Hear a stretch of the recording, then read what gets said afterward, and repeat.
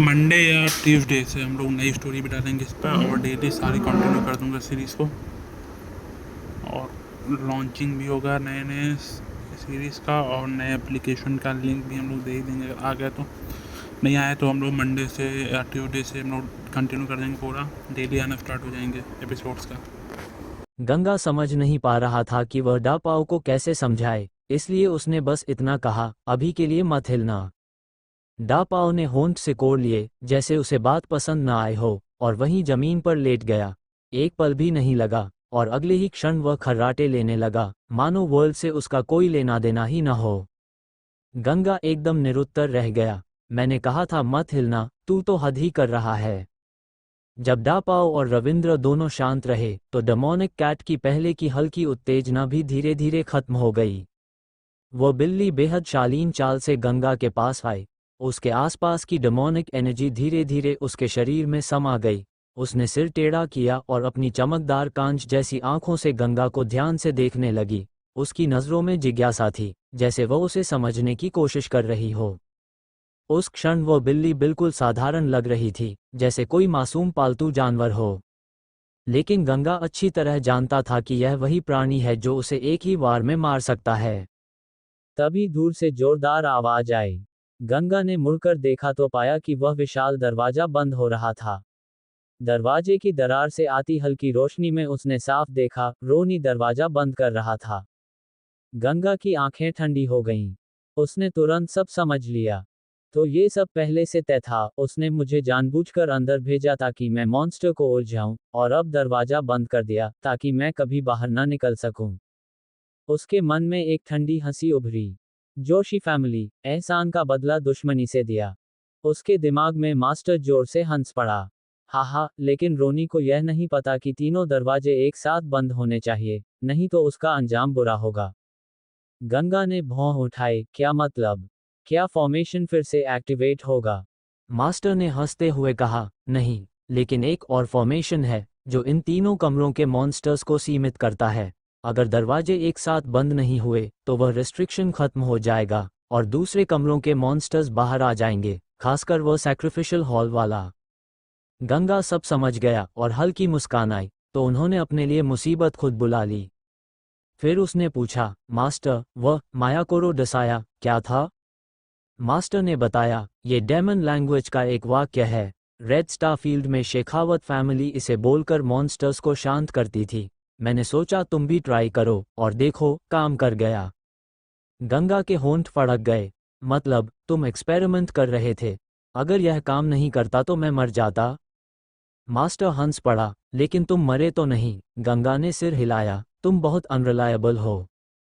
फिर उसने पूछा, इसका मतलब क्या है? मास्टर ने कहा, कोई खास मतलब नहीं, बस एक तरह का मंत्र है। गंगा ने फिर उस बिल्ली की ओर देखा जो अभी भी उसे देख रही थी। अब क्या करें? ये जा भी नहीं रही। मास्टर ने कहा, इससे डेमन लैंग्वेज में बात करने की कोशिश करो। शायद ये तुम्हारी बात मान ले। गंगा ने कहा, मुझे डेमन लैंग्वेज नहीं आती। मास्टर बोला, मैं बोलता हूँ, तुम रिपीट करो। गंगा ने हामी भर दी। मास्टर ने एक लंबा वाक्य बोला। गंगा ने उसे याद किया और बिल्ली से कहा। कहते समय उसे थोड़ा डर भी था। अगर बिल्ली फिर से भड़क गई तो इतनी नज़दीक से वह कुछ भी नहीं कर पाएगा। लेकिन हुआ उल्टा। बिल्ली की आंखों में उलझन आ गई। वह कुछ कदम आगे बढ़ी और गंगा के पैरों के पास आकर खड़ी हो गई। फिर पफ, उसने जोर से गैस छोड़ी। गंगा और रविंद्र दोनों स्तब्ध रह गए। इतनी ताकतवर डेमन कैट, और उसने यही किया। गंगा के मन में मास्टर जोर जोर से हंस रहा था। अब उसे समझ आ गया कि वह डेमन लैंग्वेज का वाक्य दरअसल पाद छोड़ो जैसा कुछ था। वो तुरंत अपने सी ऑफ कॉन्शियसनेस में गया और गुस्से में बोला, मास्टर, तुम इतनी उम्र के बाद भी ऐसी हरकतें करते हो? मास्टर हंसते हुए बोला, जाकर सूंघो कैसी खुशबू है। गंगा ने सिर पकड़ लिया, मैंने किस पाप की सजा पाई है?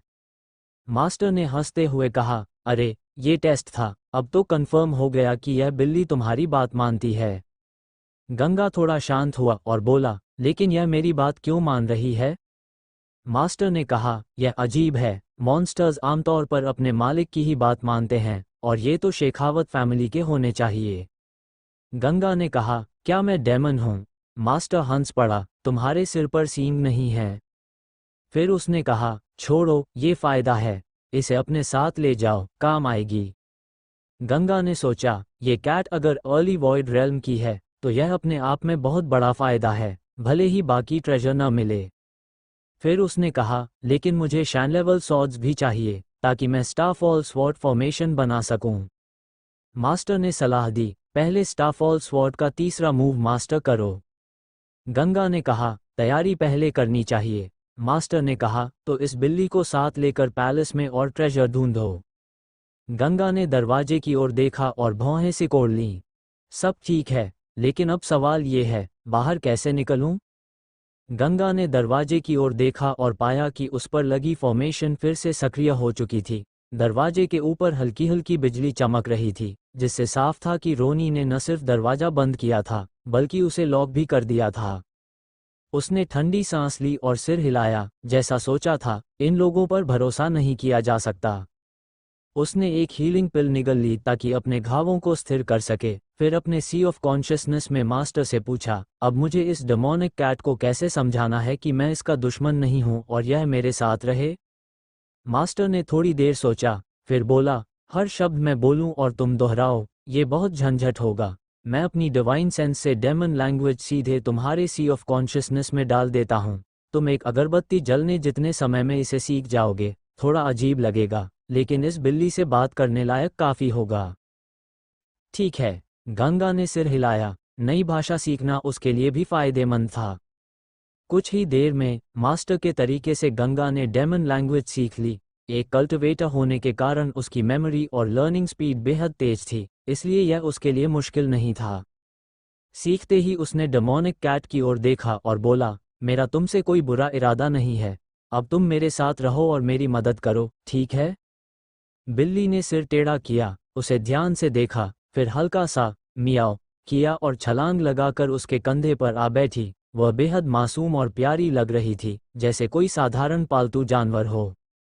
गंगा के मन में हल्की हंसी आई, अगर यह मुझे पहले मारने की कोशिश न करती तो मैं इसे सच में अपना पेट समझ लेता, लेकिन यह इतनी आसानी से काबू में आ गई।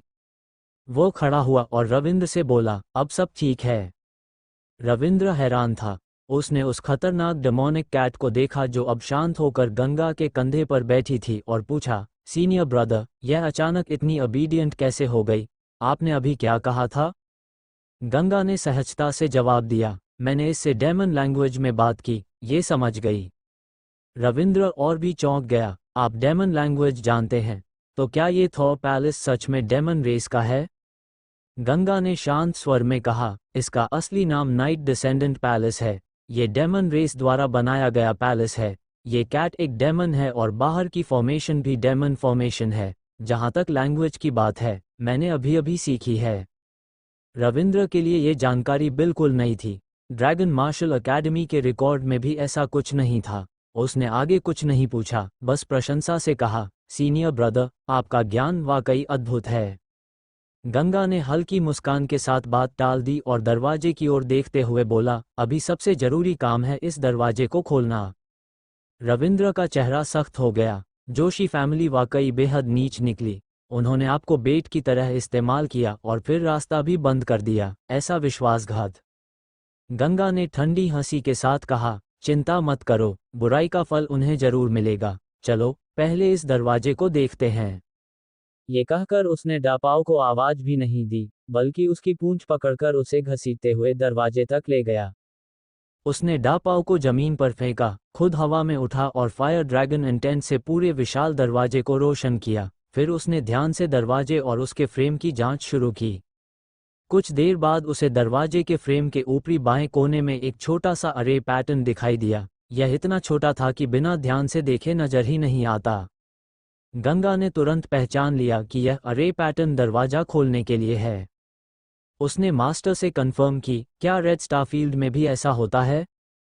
मास्टर ने जवाब दिया, हाँ, शेखावत फैमिली के यहाँ मैंने ऐसा देखा था।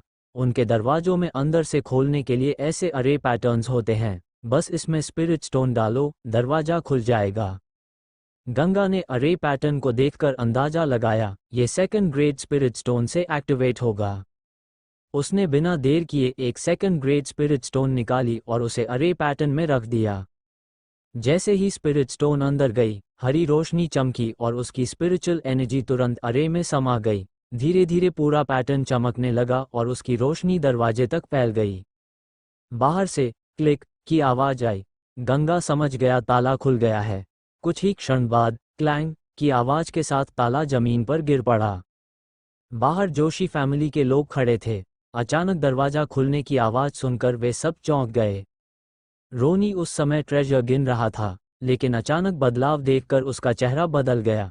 उसने तुरंत ट्रेजर चेस्ट को अपने स्टोरेज रिंग में रखा और ताले की ओर दौड़ते हुए बोला, ये बुरा हुआ, चाहे गंगा बाहर आए या वह डेमन, दोनों ही हमारे लिए खतरा हैं।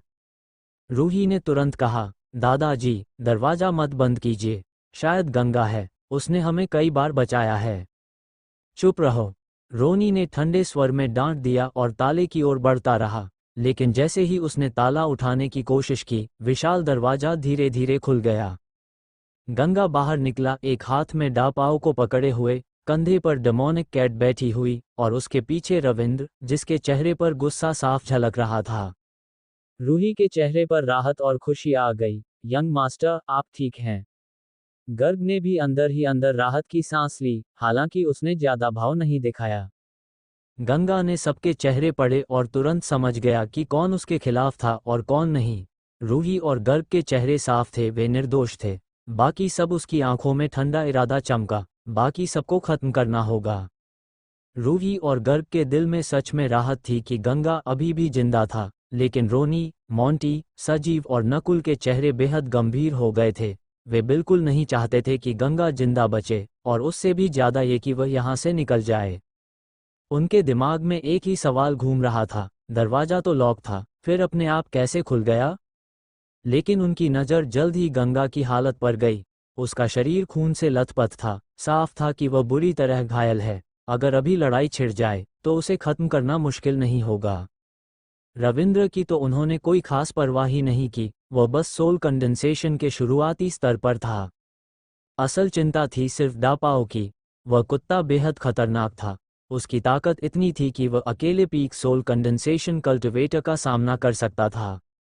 अगर रोनी उसे रोक ले तो बाकी तीन मिलकर आसानी से गंगा और रविंद्र को खत्म कर सकते थे। तभी रोनी की नज़र गंगा के कंधे पर बैठी छोटी काली बिल्ली पर गई। ये बिल्ली कहाँ से आ गई? वह दिखने में बिल्कुल साधारण थी, उसमें कोई डेमोनिक ऑरा या शक्ति का संकेत नहीं था। लेकिन रोनी जैसे अनुभवी व्यक्ति ने तुरंत समझ लिया, गंगा कभी भी साधारण चीज अपने साथ नहीं रखेगा। ये बिल्ली भी खतरनाक हो सकती है, शायद उस कुत्ते जितनी ही। उसने मन ही मन सोचा और ज्यादा सतर्क हो गया। उधर गंगा भी सोच में था। उसने सैक्रिफिशियल हॉल की ओर देखा और मन में सोचा, अजीब है, अगर दरवाजा अलग अलग बंद हुआ है तो वह फॉर्मेशन डीएक्टिवेट हो जानी चाहिए थी, फिर वहां के डीमंस बाहर क्यों नहीं आए?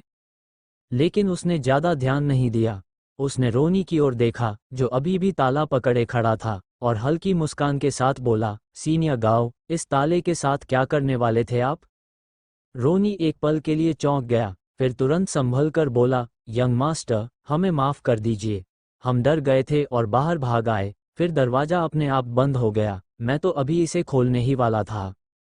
उसके चेहरे पर बनावटी अपराध बोध साफ झलक रहा था। गंगा हंस पड़ा, अजीब बात है, सीनियर ब्रदर अर्पित, जो सिर्फ शुरुआती स्तर पर है, वह तो नहीं डरा, लेकिन आप, जो पीक पर हैं, डर गए? रोनी बस मजबूरी में मुस्कुराया, फिर उसने तुरंत विषय बदला और कहा, यंग मास्टर, वह ट्रेजर चेस्ट मैंने बाहर निकाल लिया है, आप देख लीजिए और फिर हम इसे बांट लेते हैं। उसने ट्रेजर चेस्ट जमीन पर रख दी। गंगा ने एक नज़र उस पर डाली। पहले जो पांचधारी मिस्टिक स्वॉर्ड बाहर झांक रही थी, वो अब नजर नहीं आ रही थी। चेस्ट पूरी तरह बंद थी, स्पष्ट था कि इसमें छेड़छाड़ हो चुकी थी। लेकिन गंगा ने कुछ नहीं कहा, वह बस खड़ा रहा और रोनी को मुस्कुराते हुए देखता रहा। वह मुस्कान ठंडी थी, इतनी ठंडी कि रोनी की रीढ़ में सिहरन दौड़ गई। क्या आप शेयर नहीं करना चाहते? उसने हिचकते हुए कहा। आप चाहें तो पूरा ट्रेजर ले सकते हैं। लेकिन गंगा ने कोई जवाब नहीं दिया। माहौल अचानक बेहद भारी हो गया। तभी सजीव आगे बढ़ा और बोला, ब्रदर, अभी ट्रेजर की बात नहीं करनी चाहिए। यंग मास्टर घायल हैं, पहले उन्हें ठीक होने देना चाहिए। रोनी ने तुरंत हामी भरी। सजीव गंगा के पास आया, एक पिल निकाली और बोला, ये स्पिरिट विजडम पिल है, चारधारी मिस्टिक पिल, बहुत असरदार है, आप इसे ले लीजिए। जैसे ही उसने हाथ बढ़ाया अचानक सब बदल गया। उसने पिल फेंक दी और पूरी ताकत से गंगा के सीने पर हमला कर दिया। उसकी उंगलियों पर शार्प क्लॉ इंटेंट चमक रहा था और उसकी पूरी शक्ति उस एक वार में केंद्रित थी। Sharp edge pierces light. एक ही पल में उसका हाथ गंगा के सीने को भेदता हुआ पीछे निकल गया। खून उछल पड़ा। सजीव की आंखों में खुशी चमक उठी। हो गया, उसने सोचा, इस बार वो इल्यूजन नहीं हो सकता। उसने दोनों हाथ अंदर डालकर गंगा के शरीर को 2 टुकड़ों में फाड़ दिया। खून हर तरफ बिखर गया। दृश्य बेहद भयानक था। अब तो मर ही गया होगा, उसने ठंडी हंसी के साथ सोचा। लेकिन उसी क्षण पीछे से रोनी चिल्लाया, पीछे देखो। सजीव ने मुड़ने की कोशिश की लेकिन देर हो चुकी थी। उसकी गर्दन पर तेज दर्द हुआ और अगले ही पल उसका सिर धड़ से अलग होकर जमीन पर गिर पड़ा। धड़ कुछ क्षण वहीं खड़ा रहा, फिर धड़ाम से गिर गया। उसकी आंखें अभी भी खुली थीं। वह अपने ही शरीर को बिना सिर के खड़ा देख रहा था। ये कैसे? उसके होंठ हिले, फिर उसकी आंखों की रोशनी बुझ गई। वह मर चुका था। रोनी और बाकी लोगों ने जैसे ही सजीव की बिना सिर वाली लाश देखी, वे अंदर तक हिल गए। सोल कंडेंसेशन के लेट स्टेज का एक कल्टिवेटर पलक झपकते ही मारा गया था और मौत भी इतनी भयानक थी कि किसी का भी मन दहल जाए। कुछ ही क्षण पहले तक वे सब खुश थे कि सजीव ने गंगा को सच में मार दिया है, लेकिन अगले ही पल उन्होंने देखा कि गंगा तो सजीव के पीछे खड़ा है। जिसे सजीव ने चीरकर 2 टुकड़े कर दिया था, वह सिर्फ एक इल्यूजन था। सबसे डरावनी बात यह थी कि किसी ने साफ साफ नहीं देखा कि हमला किसने किया। बस एक काली छाया सजीव की गर्दन के पास से गुजरी और उसका सिर धड़ से अलग हो गया। पूरा दृश्य इतना अजीब था कि किसी को समझ ही नहीं आया कि हुआ क्या है। तभी एक हल्की मियाओ की आवाज गूंजी और सबकी चेतना वापस आई। वही छोटी काली बिल्ली जो पहले गंगा के कंधे पर बैठी थी, आराम से सजीव की लाश के पास से गुजरी और फिर छलांग लगाकर दोबारा गंगा के कंधे पर बैठ गई। गंगा ने उसके सिर पर हाथ फेरते हुए हल्के अंदाज में कहा, मारना था तो थोड़ा कम क्रूर भी हो सकती थी। अगली बार सीधे दिल पर वार करना, बच्चों को डर लगेगा। वह जानबूझकर डेमन लैंग्वेज में नहीं, बल्कि सामान्य भाषा में बोल रहा था ताकि रोनी और बाकी सब समझ जाएं। ये सुनते ही सबके चेहरे बदल गए। क्या इस बिल्ली ने सजीव को मारा? अब उनकी नज़रों में उस बिल्ली के लिए सिर्फ डर था। कोई भी उसकी चाल को ठीक से नहीं देख पाया था, यहाँ तक कि रोनी जैसा पीक सोल कंडेंसेशन कल्टिवेटर भी नहीं। इसका मतलब साफ था, ये बिल्ली यहाँ मौजूद किसी भी व्यक्ति को आसानी से मार सकती है। रोनी ने एक नज़र पास में सो रहे डापाओ पर डाली और उसकी रीढ़ में ठंडक दौड़ गई। अगर यह बिल्ली और वो कुत्ता दोनों मिल जाएं, तो गंगा के घायल होने के बावजूद पूरा जोशी फैमिली खत्म हो सकता था। कुछ ही पलों में रोनी, नकुल और मोंटी के चेहरे पीले पड़ गए। उन्हें समझ नहीं आ रहा था कि अब क्या करें। गंगा ने हल्की हंसी के साथ कहा, सीनियर गाओ, यही तरीका है अपने उपकारकर्ता के साथ व्यवहार करने का। पहले मुझे फंसाया, फिर बंद किया, और अब मारने की कोशिश भी की। दिलचस्प है। रोनी का चेहरा सख्त हो गया। उसने कोई सफाई नहीं दी, बस सीधा पूछा, गंगा, क्या तुम हमें मारने वाले हो? गंगा ने शांत स्वर में जवाब दिया, अगर तुम मेरी जगह होते तो क्या करते? रोनी के चेहरे पर कड़वी मुस्कान आई। जवाब उसे खुद पता था। तो फिर लड़ना ही पड़ेगा। उसकी आंखों में अचानक दृढ़ता आ गई। उसने हथियार निकाला। ट्रू एनर्जी उमड़ने लगी, जैसे वो आखिरी लड़ाई के लिए तैयार हो। लेकिन अगले ही पल वो मुड़ा और पूरी ताकत से भागने लगा। यह अचानक बदलाव देखकर सब चौंक गए। रोनी ने किसी की परवाह नहीं की, न मोंटी की, न नकुल की। उसे सिर्फ अपनी जान बचानी थी। उसके मन में बस एक ही ख्याल था, ट्रेजर चेस्ट काफ़ी है। जब तक मैं जिंदा हूँ, जोशी फैमिली फिर से खड़ी हो सकती है। वो बिना पीछे देखे भागता चला गया। मोंटी और बाकी लोग उसे भागते देख स्तब्ध रह गए। लेकिन वे भी समझ गए कि यहाँ रुकना मौत को बुलाना है। वे भी तुरंत मुड़कर भागने लगे। उसी क्षण एक काली छाया उनके पास से बिजली की तरह निकली और रोनी के पीछे दौड़ पड़ी। गाड़ी डेमोनिक एनर्जी से ढकी वह आकृति इतनी तेज थी कि कोई पहचान ही नहीं पाया कि वह क्या है। असल में वह वही छोटी काली बिल्ली थी। कुछ ही क्षणों में उसने रोनी को पकड़ लिया। रोनी घबरा गया। उसने तुरंत पलटकर तलवार चलाई, लेकिन वार खाली गया। अगले ही पल वह काली बिल्ली उसके कंधे पर आ गिरी। रोनी का दिल डूब गया। ये वही बिल्ली है। उसके पास सोचने का समय नहीं था। उसने अपनी तलवार उठाकर खुद के कंधे पर वार करने की कोशिश की, लेकिन उससे पहले बिल्ली ने हल्के से अपने पंजे से वार किया। क्रैक! उसका पूरा हाथ टूटकर अलग हो गया और जमीन पर गिर पड़ा। रोनी दर्द से कराहा, लेकिन उसने तुरंत दूसरे हाथ से हमला करने की कोशिश की, लेकिन उसकी गति उस बिल्ली के सामने कुछ भी नहीं थी। इस बार बिल्ली ने सीधे उसके सिर पर वार किया। क्रैक! उसकी खोपड़ी टूट गई। खून और दिमाग के टुकड़े चारों ओर बिखर गए। रोनी उसी क्षण मर गया। उसका शरीर नीचे गिर गया, लेकिन बिल्ली ने उसकी ओर देखा तक नहीं। वह आराम से वापस मुड़ी और धीरे धीरे चलते हुए गंगा के पास लौट आए।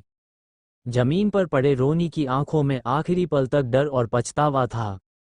अगर उसने गंगा के साथ विश्वासघात नहीं किया होता तो आज वह जिंदा होता और ट्रेजर भी मिलता।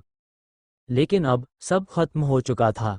ये दृश्य देखकर मोंटी, नकुल, रूही और गर्ग के पैरों तले जमीन खिसक गई। वे भागने की हिम्मत भी नहीं जुटा पाए और वहीं खड़े रह गए। बिल्ली वापस आए। उसकी डेमोनिक एनर्जी गायब हो चुकी थी। वह फिर से मासूम दिख रही थी, जैसे कुछ हुआ ही ना हो। वह गंगा के पास आई और उसके कंधे पर चढ़ गई। गंगा ने उसके सिर पर हाथ फेरा और संतोष से कहा, अच्छा काम किया। फिर उसने मोंटी और बाकी लोगों की ओर देखा, लेकिन उससे पहले ही मोंटी और नकुल झुक गए। वे कांपते हुए बोले, यंग मास्टर, हमसे गलती हो गई, हमें माफ कर दीजिए। गंगा ने सिर हिलाया, तुम मुझे मारना चाहते थे और अब चाहते हो कि मैं तुम्हें छोड़ दूं? इसमें कोई तर्क है? ये सुनकर रूही ने कड़वी हंसी के साथ कहा, ये सब हमारे कर्मों का फल है। अगर आप हमें मार दें तो भी मुझे कोई शिकायत नहीं होगी। हमने उपकार का बदला विश्वासघात से दिया। गंगा हल्का मुस्कुराया और बोला, तुम और गर्ग, तुम लोगों ने बुरा नहीं चाहा था, इसलिए तुम्हें मरने की जरूरत नहीं है। गंगा के ये कहने पर कि वह रूही और गर्ग को नहीं मारेगा, नकुल और मोंटी के चेहरे तुरंत बदल गए। दोनों ने एक दूसरे की ओर देखा और जल्दी से बोले, यंग मास्टर, हमने भी अपने बड़े भाई को आपको फंसाने से रोका था। हम गंगा ने सिर हिलाते हुए उनकी बात बीच में ही काट दी, कोई लेकिन नहीं। मुझे सिर्फ इतना पता है कि तुम लोगों ने उसके आदेश का पालन किया। उसकी आवाज शांत थी, लेकिन उसमें ठंडा फैसला साफ झलक रहा था। वो कोई संत नहीं था। रूही और गर्ग के दिल में बुराई नहीं थी, इसलिए उन्हें छोड़ देना सही था। लेकिन मोंटी और नकुल अलग थे। कुछ देर पहले ही गंगा ने उनकी आंखों में साफ हत्या का इरादा देखा था। अगर उसने अपनी ताकत नहीं दिखाई होती तो ये दोनों बिना झिझक उसे मार डालते। इसलिए उनके लिए कोई माफी नहीं थी। नकुल का चेहरा पीला पड़ गया। उसकी आवाज कांप रही थी, यंग मास्टर, मेरा सच में आपको नुकसान पहुंचाने का इरादा नहीं था। मैं आपके साथ चलने को तैयार हूं। लेकिन वह अपनी बात पूरी कर पाता उससे पहले ही मोंटी अचानक गरज उठा, इससे लड़ो। उसने बिना एक पल गंवाए अपना हथियार निकाला और गंगा पर हमला कर दिया। गंगा की आंखों में ठंडा प्रकाश चमका। उसने बिना समय गंवाए अपने कंधे पर बैठी काली बिल्ली से डेमन लैंग्वेज में कहा, इन दोनों को खत्म कर दो। मियाओ। एक हल्की आवाज के साथ काली बिल्ली डेमोनिक एनर्जी में लिपटी हुई बिजली की तरह आगे बढ़ी। एक ही झटके में वह मोंटी के पास से गुजर गई। मोंटी अभी भी आगे बढ़ रहा था, लेकिन अगले ही पल उसका शरीर बीच से दो हिस्सों में बंट गया। उसकी ट्रू एनर्जी तुरंत बिखर गई और वह धड़ाम से जमीन पर गिर पड़ा। लगभग उसी समय नकुल का सिर भी हवा में उछल गया। दोनों की मौत इतनी तेज हुई कि उन्हें समझने का मौका भी नहीं मिला। गंगा ने पहले जो कहा था कि दिल पर वार करना, उसका इस बार भी कोई असर नहीं हुआ। काली बिल्ली के तरीके अब भी उतने ही निर्मम थे। मियाओ। दोनों को खत्म करने के बाद बिल्ली वापस आई। उसकी डेमोनिक एनर्जी गायब हो गई और वह फिर से शांत होकर गंगा के कंधे पर बैठ गई, जैसे कुछ हुआ ही ना हो। अब जोशी फैमिली में सिर्फ रूही और गर्ग ही बचे थे। हालांकि गंगा ने पहले कहा था कि वह उन्हें नहीं मारेगा, लेकिन अभी अभी जो हुआ था उसने दोनों को अंदर तक डरा दिया था। उनके चेहरे पीले थे और दिल में डर और दुख दोनों भरे थे। गंगा ने उनकी ओर देखा और शांत स्वर में कहा, ब्रदर अर्पित, मैं तुम्हें नुकसान नहीं पहुंचाऊंगा, तुम लोग जा सकते हो। गर्ग ने गहरी सांस ली। झुककर बोला, यंग मास्टर, आपने मेरी जान बख्शी, इसके लिए धन्यवाद। रूही ने अपने परिवार के लोगों की लाशों की ओर देखा। भले ही उन्होंने खुद अपनी मौत को बुलाया था, लेकिन वह उनके अपने थे। उसके दिल में दर्द था। उसने धीमी आवाज में पूछा, क्या मैं इनके शव ले जा सकती हूँ? गंगा ने सिर हिलाया, ले जाओ, लेकिन इनके वेपन्स और स्टोरेज रिंग्स यहीं छोड़ने होंगे। धन्यवाद। रूही ने तुरंत उनके स्टोरेज रिंग्स और हथियार इकट्ठा करके गंगा को दे दिए, फिर अपने एल्डर्स के शवों को संभालते हुए पीछे हट गई। गर्ग और रूही ने आखिरी बार गंगा को देखा, झुककर प्रणाम किया और जल्दी से वहां से निकल गए। अब उनके लिए ट्रेजर से ज्यादा जरूरी था जिंदा रहना। उनके जाने के बाद रविंद्र ने गंगा के कंधे पर बैठी काली बिल्ली को देखा और कहा, सीनियर ब्रदर, आपकी यह बिल्ली तो बेहद खतरनाक है। शायद वॉइड रेल्म का कल्टिवेटर ही इसका सामना कर सकता है। गंगा ने हल्की मुस्कान के साथ कहा, हालांकि डीमंस का कोई निश्चित रेल्म नहीं होता, लेकिन इसकी ताकत मिड से लेट वॉइड रेल्म के बीच की लगती है। वो खुद भी इस बिल्ली की ताकत से संतुष्ट था। फिर उसने रोनी और बाकी लोगों के स्टोरेज रिंग्स और हथियार निकाले और उनकी जांच की। ज्यादा खास कुछ नहीं मिला, कुछ सामान्य वेपन्स, कुछ पिल्स और थोड़े बहुत स्पिरिट स्टोन्स। उसने हल्का सा अफसोस जताया, काश कोई बैटल एक्स मिल जाती तो तुम यूज कर सकते थे, सीनियर ब्रदर अर्पिड। फिर उसने रोनी के स्टोरेज रिंग से ट्रेजर चेस्ट निकाली और कहा, चलो देखते हैं इसमें क्या है।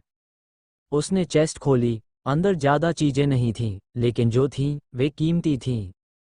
वो 5 पैटर्न वाली मिस्टिक स्वॉर्ड भी वहीं थी, साथ में कुछ पिल बॉटल्स, स्पिरिट स्टोन्स और एक एक्स भी रखा था। उस एक्स को देखकर गंगा की नज़र चमक उठी। उसने उसे उठाया। वह भारी था और साफ था कि यह साधारण वेपन नहीं है। उस पर 4 पैटर्न्स थे, यानी यह एक high grade 4 pattern mystic artifact था। सीनियर ब्रदर अर्पिड, यह एक्स तुम्हारे लिए है। उसने बिना झिझक एक्स रविंद्र को दे दिया। रविंद्र के चेहरे पर खुशी साफ दिख रही थी। उसके लिए यह बहुत बड़ा अपग्रेड था। उसने तुरंत हाथ जोड़कर कहा, सीनियर ब्रदर, धन्यवाद। गंगा हंस पड़ा, धन्यवाद की जरूरत नहीं, ये तुम्हारा हक है। रविंद्र अंदर से बहुत प्रभावित था। उसने कुछ नहीं कहा, लेकिन गंगा के लिए उसका सम्मान और बढ़ गया। इसके बाद गंगा ने बाकी सामान देखा। 2 और 3 पैटर्न मिस्टिक वेपन्स थे, लेकिन कोई भी स्वॉर्ड नहीं थी, इसलिए वह स्टारफॉल स्वॉर्ड फॉर्मेशन के लिए काम की नहीं थी। फिर उसने पिल बॉटल्स देखी। मास्टर से पूछने पर उसे पता चला कि ये डेमन रेस की कल्टिवेशन पिल्स हैं, जो डेमोनिक एनर्जी बढ़ाने के लिए होती हैं। सामान्य कल्टिवेटर इन्हें इस्तेमाल नहीं कर सकता, वरना डेमोनिक एनर्जी शरीर में घुसकर उसे बिगाड़ देगी। गंगा ने अफसोस से कहा, ये पिल्स मेरे किसी काम की नहीं, ब्लैक फायर सेक्ट वालों के काम आ सकती हैं। उसने पिल्स अलग रख दी और नीचे रखे स्पिरिट स्टोन्स निकाले। गिनने पर पता चला ठीक 10,000 थर्ड ग्रेड स्पिरिट स्टोन्स थे। ये बहुत बड़ी संपत्ति थी। उसने आधे रविंद्र को दे दिए। रविंद्र ने मना किया, लेकिन गंगा ने जबरदस्ती दे दिए। अंत में गंगा ने खाली चेस्ट के नीचे देखा।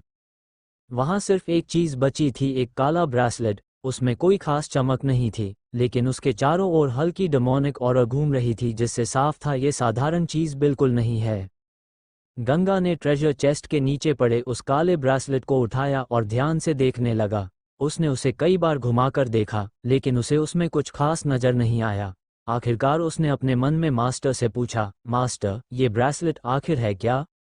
मास्टर जोर से हंसा और बोला, हा, तुम्हारी किस्मत सच में बहुत अच्छी है लड़के, तुम्हें स्पेशल ट्रेजर मिल गया है। Special treasure? गंगा की आंखें चमक उठी।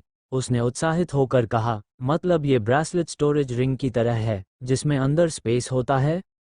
मास्टर ने सिर हिलाया, सिर्फ वैसा ही नहीं, उससे कई गुना बेहतर। इसके अंदर की स्पेस सामान्य स्टोरेज रिंग से दर्जनों गुना बड़ी है और इसकी स्टेबिलिटी भी बहुत ज्यादा है। तुम्हारे लो लेवल स्टोरेज रिंग्स तो इसके सामने कुछ भी नहीं है। इसमें तुम कैनन या उस छोटी काली बिल्ली को भी रख दो, फिर भी स्पेस कोलैप्स नहीं होगा। गंगा ने जमीन पर खर्राटे मारते डापाओ की ओर देखा और मन ही मन खुश हो गया। वाह, ये तो मेरे काम की चीज है। अब इस मोटे कुत्ते को उठाकर घूमना नहीं पड़ेगा। लेकिन जब उसने इसे खोलने की कोशिश की तो वह सफल नहीं हुआ। उसने तुरंत पूछा, मास्टर, इसे खोलते कैसे हैं? मास्टर ने समझाया, सारे जगत में रून्स का मूल एक ही है। चाहे ये डेमन रेस का बना हो, प्रिंसिपल वही है। इसमें एनर्जी डालो और डिवाइन सेंस से कंट्रोल करो, खुल जाएगा। गंगा ने कहा, मैंने कोशिश की थी लेकिन ये खुला ही नहीं। मास्टर हंसा, क्योंकि इसमें रिस्ट्रिक्शन लगा है। इसे सिर्फ वही खोल सकता है जो डेमोनिक ट्रू एसेंस का इस्तेमाल करे। गंगा का चेहरा उतर गया, तो फिर यह मेरे किसी काम का नहीं? मास्टर बोला, ऐसा नहीं है। रिस्ट्रिक्शन हटाओ और फिर इस्तेमाल करो। गंगा ने झुंझलाकर कहा, कैसे हटाऊं? एक बार में पूरा तरीका बता दो। मास्टर ने आंखें घुमाईं, लेकिन फिर भी बोला, मैं तुम्हें एक पैटर्न बताता हूं, उसे इस ब्रेसलेट पर एनग्रेव करो, रिस्ट्रिक्शन हट जाएगा। उसने हवा में एक रून पैटर्न बनाया। गंगा ने उसे गौर से देखा, लेकिन तुरंत समझ नहीं पाया। मास्टर हंसा, तुम्हारे लेवल पर इसे पूरी तरह समझने में 10 से 15 दिन लगेंगे। अभी करना है या बाद में, खुद तय करो। गंगा ने सोचा और बोला, अभी नहीं, पहले पैलेस एक्सप्लोर करता हूँ। वो रियल वर्ल्ड में लौटा और ब्रेसलेट को स्टोरेज में रख लिया। रविंद्र ने पूछा, सीनियर ब्रदर, क्या हुआ? गंगा ने कहा, यह स्पेशल ब्रेसलेट है, लेकिन डेमन रिस्ट्रिक्शन लगा है, अभी नहीं खुल सकता, बाद में देखूंगा। रविंद्र ने सिर हिलाया और पूछा, अब आगे कहाँ जाएं? गंगा कुछ पल सोच में पड़ा, फिर उसे अचानक एक बात याद आई। उसने मास्टर से पूछा, जब एक दरवाजा अलग से बंद हुआ तो डीमंस को रोकने वाला फॉर्मेशन बंद हो जाना चाहिए था, फिर सैक्रिफिशियल हॉल के डीमंस बाहर क्यों नहीं आए? मास्टर भी सोच में पड़ गया, यह अजीब है, लेकिन मेरी जानकारी गलत नहीं होनी चाहिए। फिर उसने कहा, अगर जानना है तो वापस सैक्रिफिशियल हॉल जाओ, शायद वहां कुछ क्लू मिले। गंगा ने पूछा, जो मंत्र तुमने सिखाया था वह वहां के डीमंस पर भी काम करेगा? मास्टर बोला, वह शेखावत फैमिली का खास मंत्र है, लगभग सभी डीमंस पर काम करता है। इतना कहकर वह फिर से मैजिकल कैनन में चला गया। गंगा ने सैक्रिफिशियल हॉल के दरवाजे की ओर देखा। वो उत्सुक भी था और थोड़ा सतर्क भी। उसने सोचा, अगर वहां के डीमंस भी मेरे कंट्रोल में आ गए तो मेरे पास 2 वॉइड रेल्म लेवल के सहायक होंगे, तब नाइट डिसेंडेंट पैलेस में कोई भी मुझे आसानी से नहीं रोक पाएगा।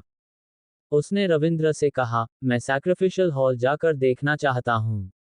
तुम चलोगे? रविंद्र ने सिर हिलाया, अंदर जाना खतरनाक है, मैं बाहर गार्ड करता हूँ, अगर कोई आएगा तो तुम्हें बता दूंगा। ठीक है। गंगा ने हामी भरी और उड़ने लगा, लेकिन जैसे ही वह आगे बढ़ा उसे अपने पैर में वजन महसूस हुआ। नीचे देखा तो डा पाओ उसके पैर से लिपटा हुआ था और सोते हुए भी उसे पकड़कर रखा था। गंगा ने सिर पकड़ लिया, तू तो हद कर रहा है। वो उसे हटाए बिना ही उड़ गया और उसे साथ लेकर सैक्रिफिशियल हॉल में प्रवेश कर गया। रविंद्र ये देखकर हंस पड़ा, सीनियर ब्रदर का ये डॉग तो कमाल है।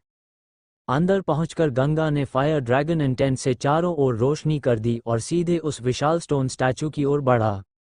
कुछ ही देर में वह उस स्टैचू के सामने पहुंच गया। हजारों मीटर ऊंचा वह डेमन स्टैचू भयानक दिख रहा था। उसकी आंखें इतनी जीवंत लग रही थीं कि जैसे वह अभी जिंदा हो जाएगा और अपने स्पीयर से वार कर देगा। गंगा ने धीरे से कहा, जिसने इसे बनाया है वह जरूर महान मास्टर रहा होगा। वह सावधानी से इधर उधर देखने लगा, लेकिन आसपास कोई ट्रेजर नहीं मिला। सबसे अजीब बात यह थी कि इस बार वो मॉन्स्टर भी नजर नहीं आया जो पहले दिखा था। पूरा हॉल एक अजीब खामोशी में डूबा हुआ था, जैसे कुछ छिपा हो लेकिन सामने न आ रहा हो। गंगा वापस उस विशाल स्टोन स्टैचू के सामने आकर खड़ा हो गया। उसने अपने कंधे पर बैठी छोटी काली बिल्ली की ओर देखा और पूछा, क्या तुम यहाँ के बाकी मॉन्स्टर्स से बात कर सकती हो? क्या उन्हें बाहर बुला सकती हो? लेकिन काली बिल्ली ने जैसे उसकी बात सुनी ही नहीं। उसकी नज़रें पूरी तरह उस स्टोन स्टैचू पर टिकी हुई थीं। उसकी चमकदार आंखों में अचानक एक अजीब सा भाव आ गया, सम्मान और भय का मिश्रण। धीरे धीरे उसने अपना सिर नीचे झुका दिया, जैसे किसी महान अस्तित्व के सामने नतमस्तक हो रही हो। ये देखकर गंगा को अजीब लगा। अभी कुछ देर पहले जब वह यहाँ आया था तब इस बिल्ली ने ऐसा व्यवहार नहीं किया था। तो क्या अब इस स्टोन स्टैचू में कुछ बदल गया है? तभी अचानक काली बिल्ली ने मियाओ की आवाज निकाली, जमीन पर कूद गई और वहीं लेटकर कांपने लगी। उसी क्षण बूम, एक भयानक गूंज पूरे हॉल में फैल गई। गंगा ने ऊपर देखा और उसकी आंखें फैल गईं। वह विशाल स्टोन स्टैचू, जो अब तक बिल्कुल स्थिर था, अचानक हिल गया था। उसने नीचे झुककर गंगा की ओर देखा। उसकी आंखों में अब काली, रहस्यमयी रोशनी चमक रही थी। गंगा का चेहरा तुरंत बदल गया। उसने इतनी भयानक दबाव वाली और पहले कभी महसूस नहीं की थी, जैसे कोई अदृश्य शक्ति उसे जकड़ रही हो। उसका शरीर हिल नहीं पा रहा था, सांस रुक गई थी, दिल की धड़कन तक जैसे थम गई हो। ये दबाव इतना भयानक था कि अनडाइंग रेल्म के शक्तिशाली लोगों के सामने भी उसने ऐसा महसूस नहीं किया था। ये क्या है? उसके मन में डर की लहर दौड़ गई। तभी एक और काली छाया तेजी से आई और उसके सामने आकर रुकी। डेमोनिक एनर्जी हटने पर वो एक सफ़ेद बिल्ली निकली, ठीक उसी काली बिल्ली जैसी, बस रंग अलग था। गंगा समझ गया यह वही दूसरा मॉन्स्टर है जो पहले नहीं दिखा था। उसी समय स्टोन स्टैचू ने धीरे धीरे अपना विशाल हाथ उठाया। उसकी हथेली सैकड़ों मीटर चौड़ी थी। वह सीधे गंगा की ओर नीचे आए। गंगा ने पूरी ताकत लगा दी, अपनी स्टार एनर्जी और ट्रू एसेंस को मैक्सिमम तक पुश किया, लेकिन उसका शरीर हिल तक नहीं पाया। वह पूरी तरह उस दबाव में जकड़ा हुआ था। क्या मैं यहीं मर जाऊंगा? उसके मन में निराशा भर गई। उसने नीचे देखा, डा पाओ अभी भी उसके पैर से चिपका सो रहा था। यह मोटा कुत्ता ऐसे समय भी सो रहा है। उसने मन ही मन गाली दी। उसने तुरंत मास्टर को पुकारा, लेकिन इस बार कोई जवाब नहीं आया। अब उसके पास कोई सहारा नहीं था। स्टोन स्टैचू का हाथ उसके ऊपर आ चुका था। गंगा ने आंखें बंद कर ली। उसे लगा अब सब खत्म। लेकिन अगले ही पल कुछ अजीब हुआ।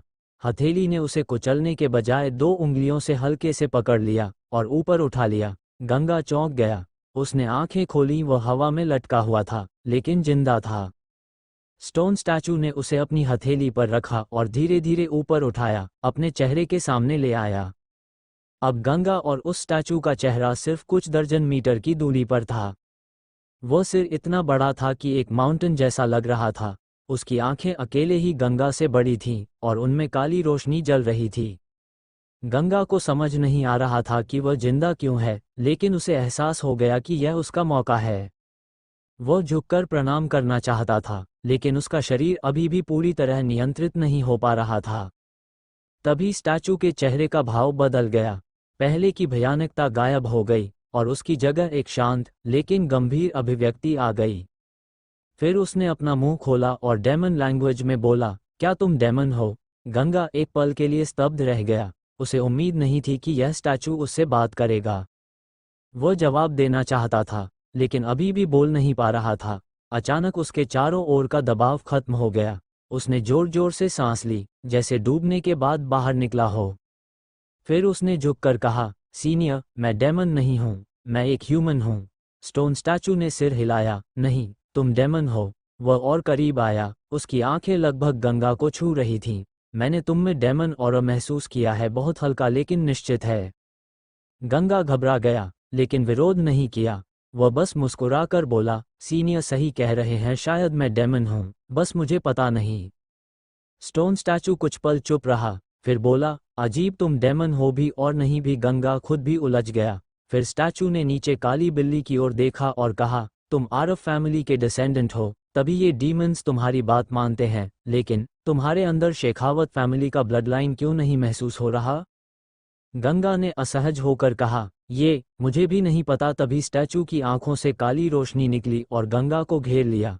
उस क्षण गंगा को लगा जैसे उसकी पूरी सत्ता को परखा जा रहा है, जैसे वह पूरी तरह देख लिया गया हो। कुछ ही पल बाद रोशनी गायब हो गई।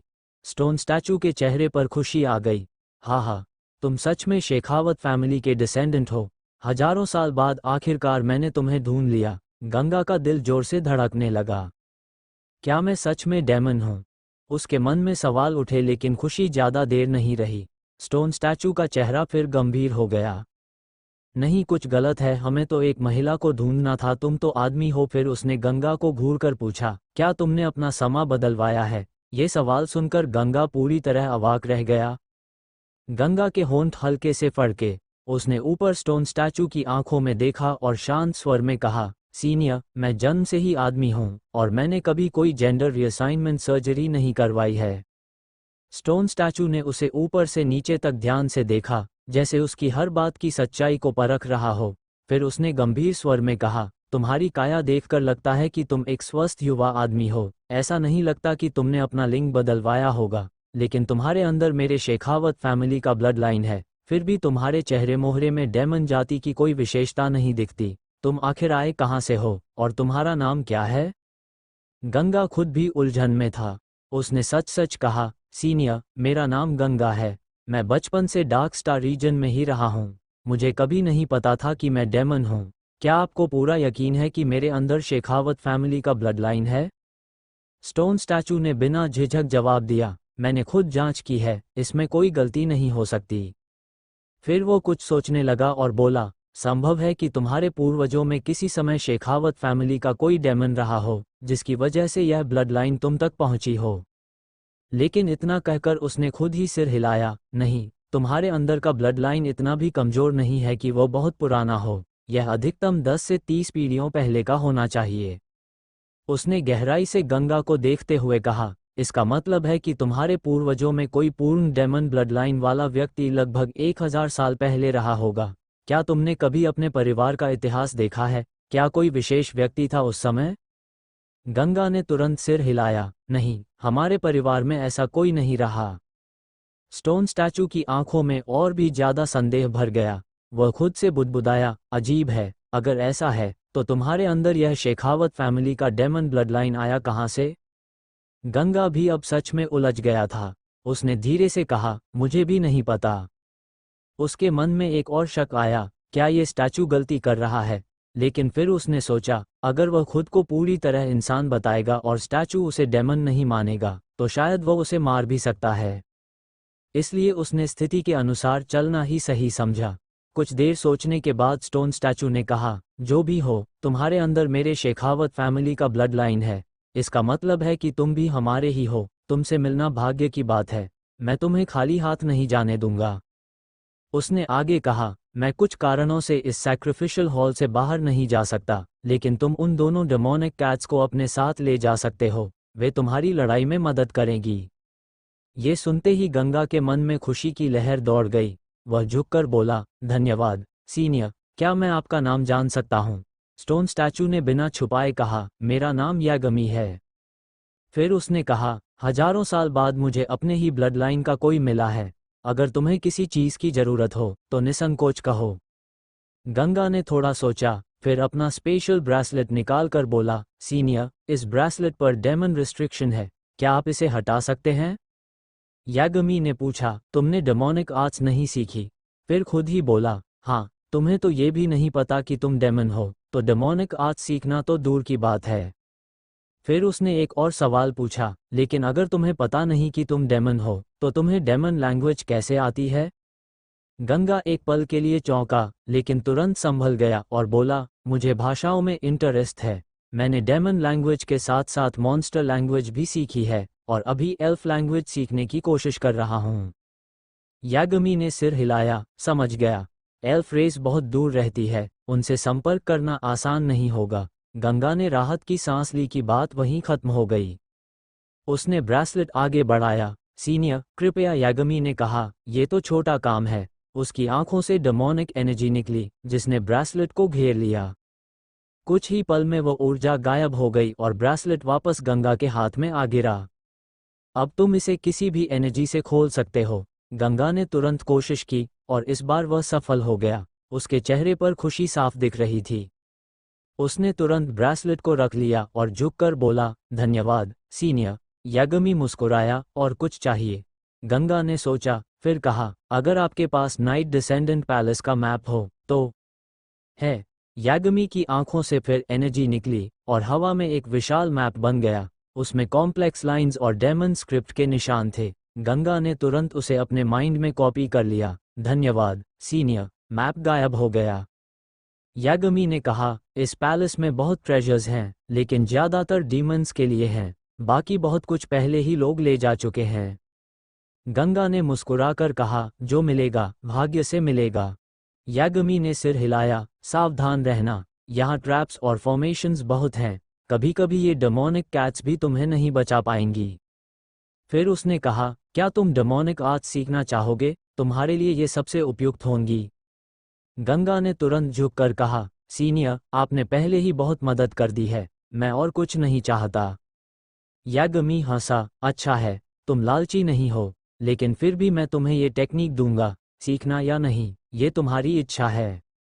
इतना कहकर उसकी आंखों से तेज रोशनी निकली और गंगा को घेर लिया। अगले ही पल गंगा की आंखों के सामने अंधेरा छा गया और वह बेहोश हो गया।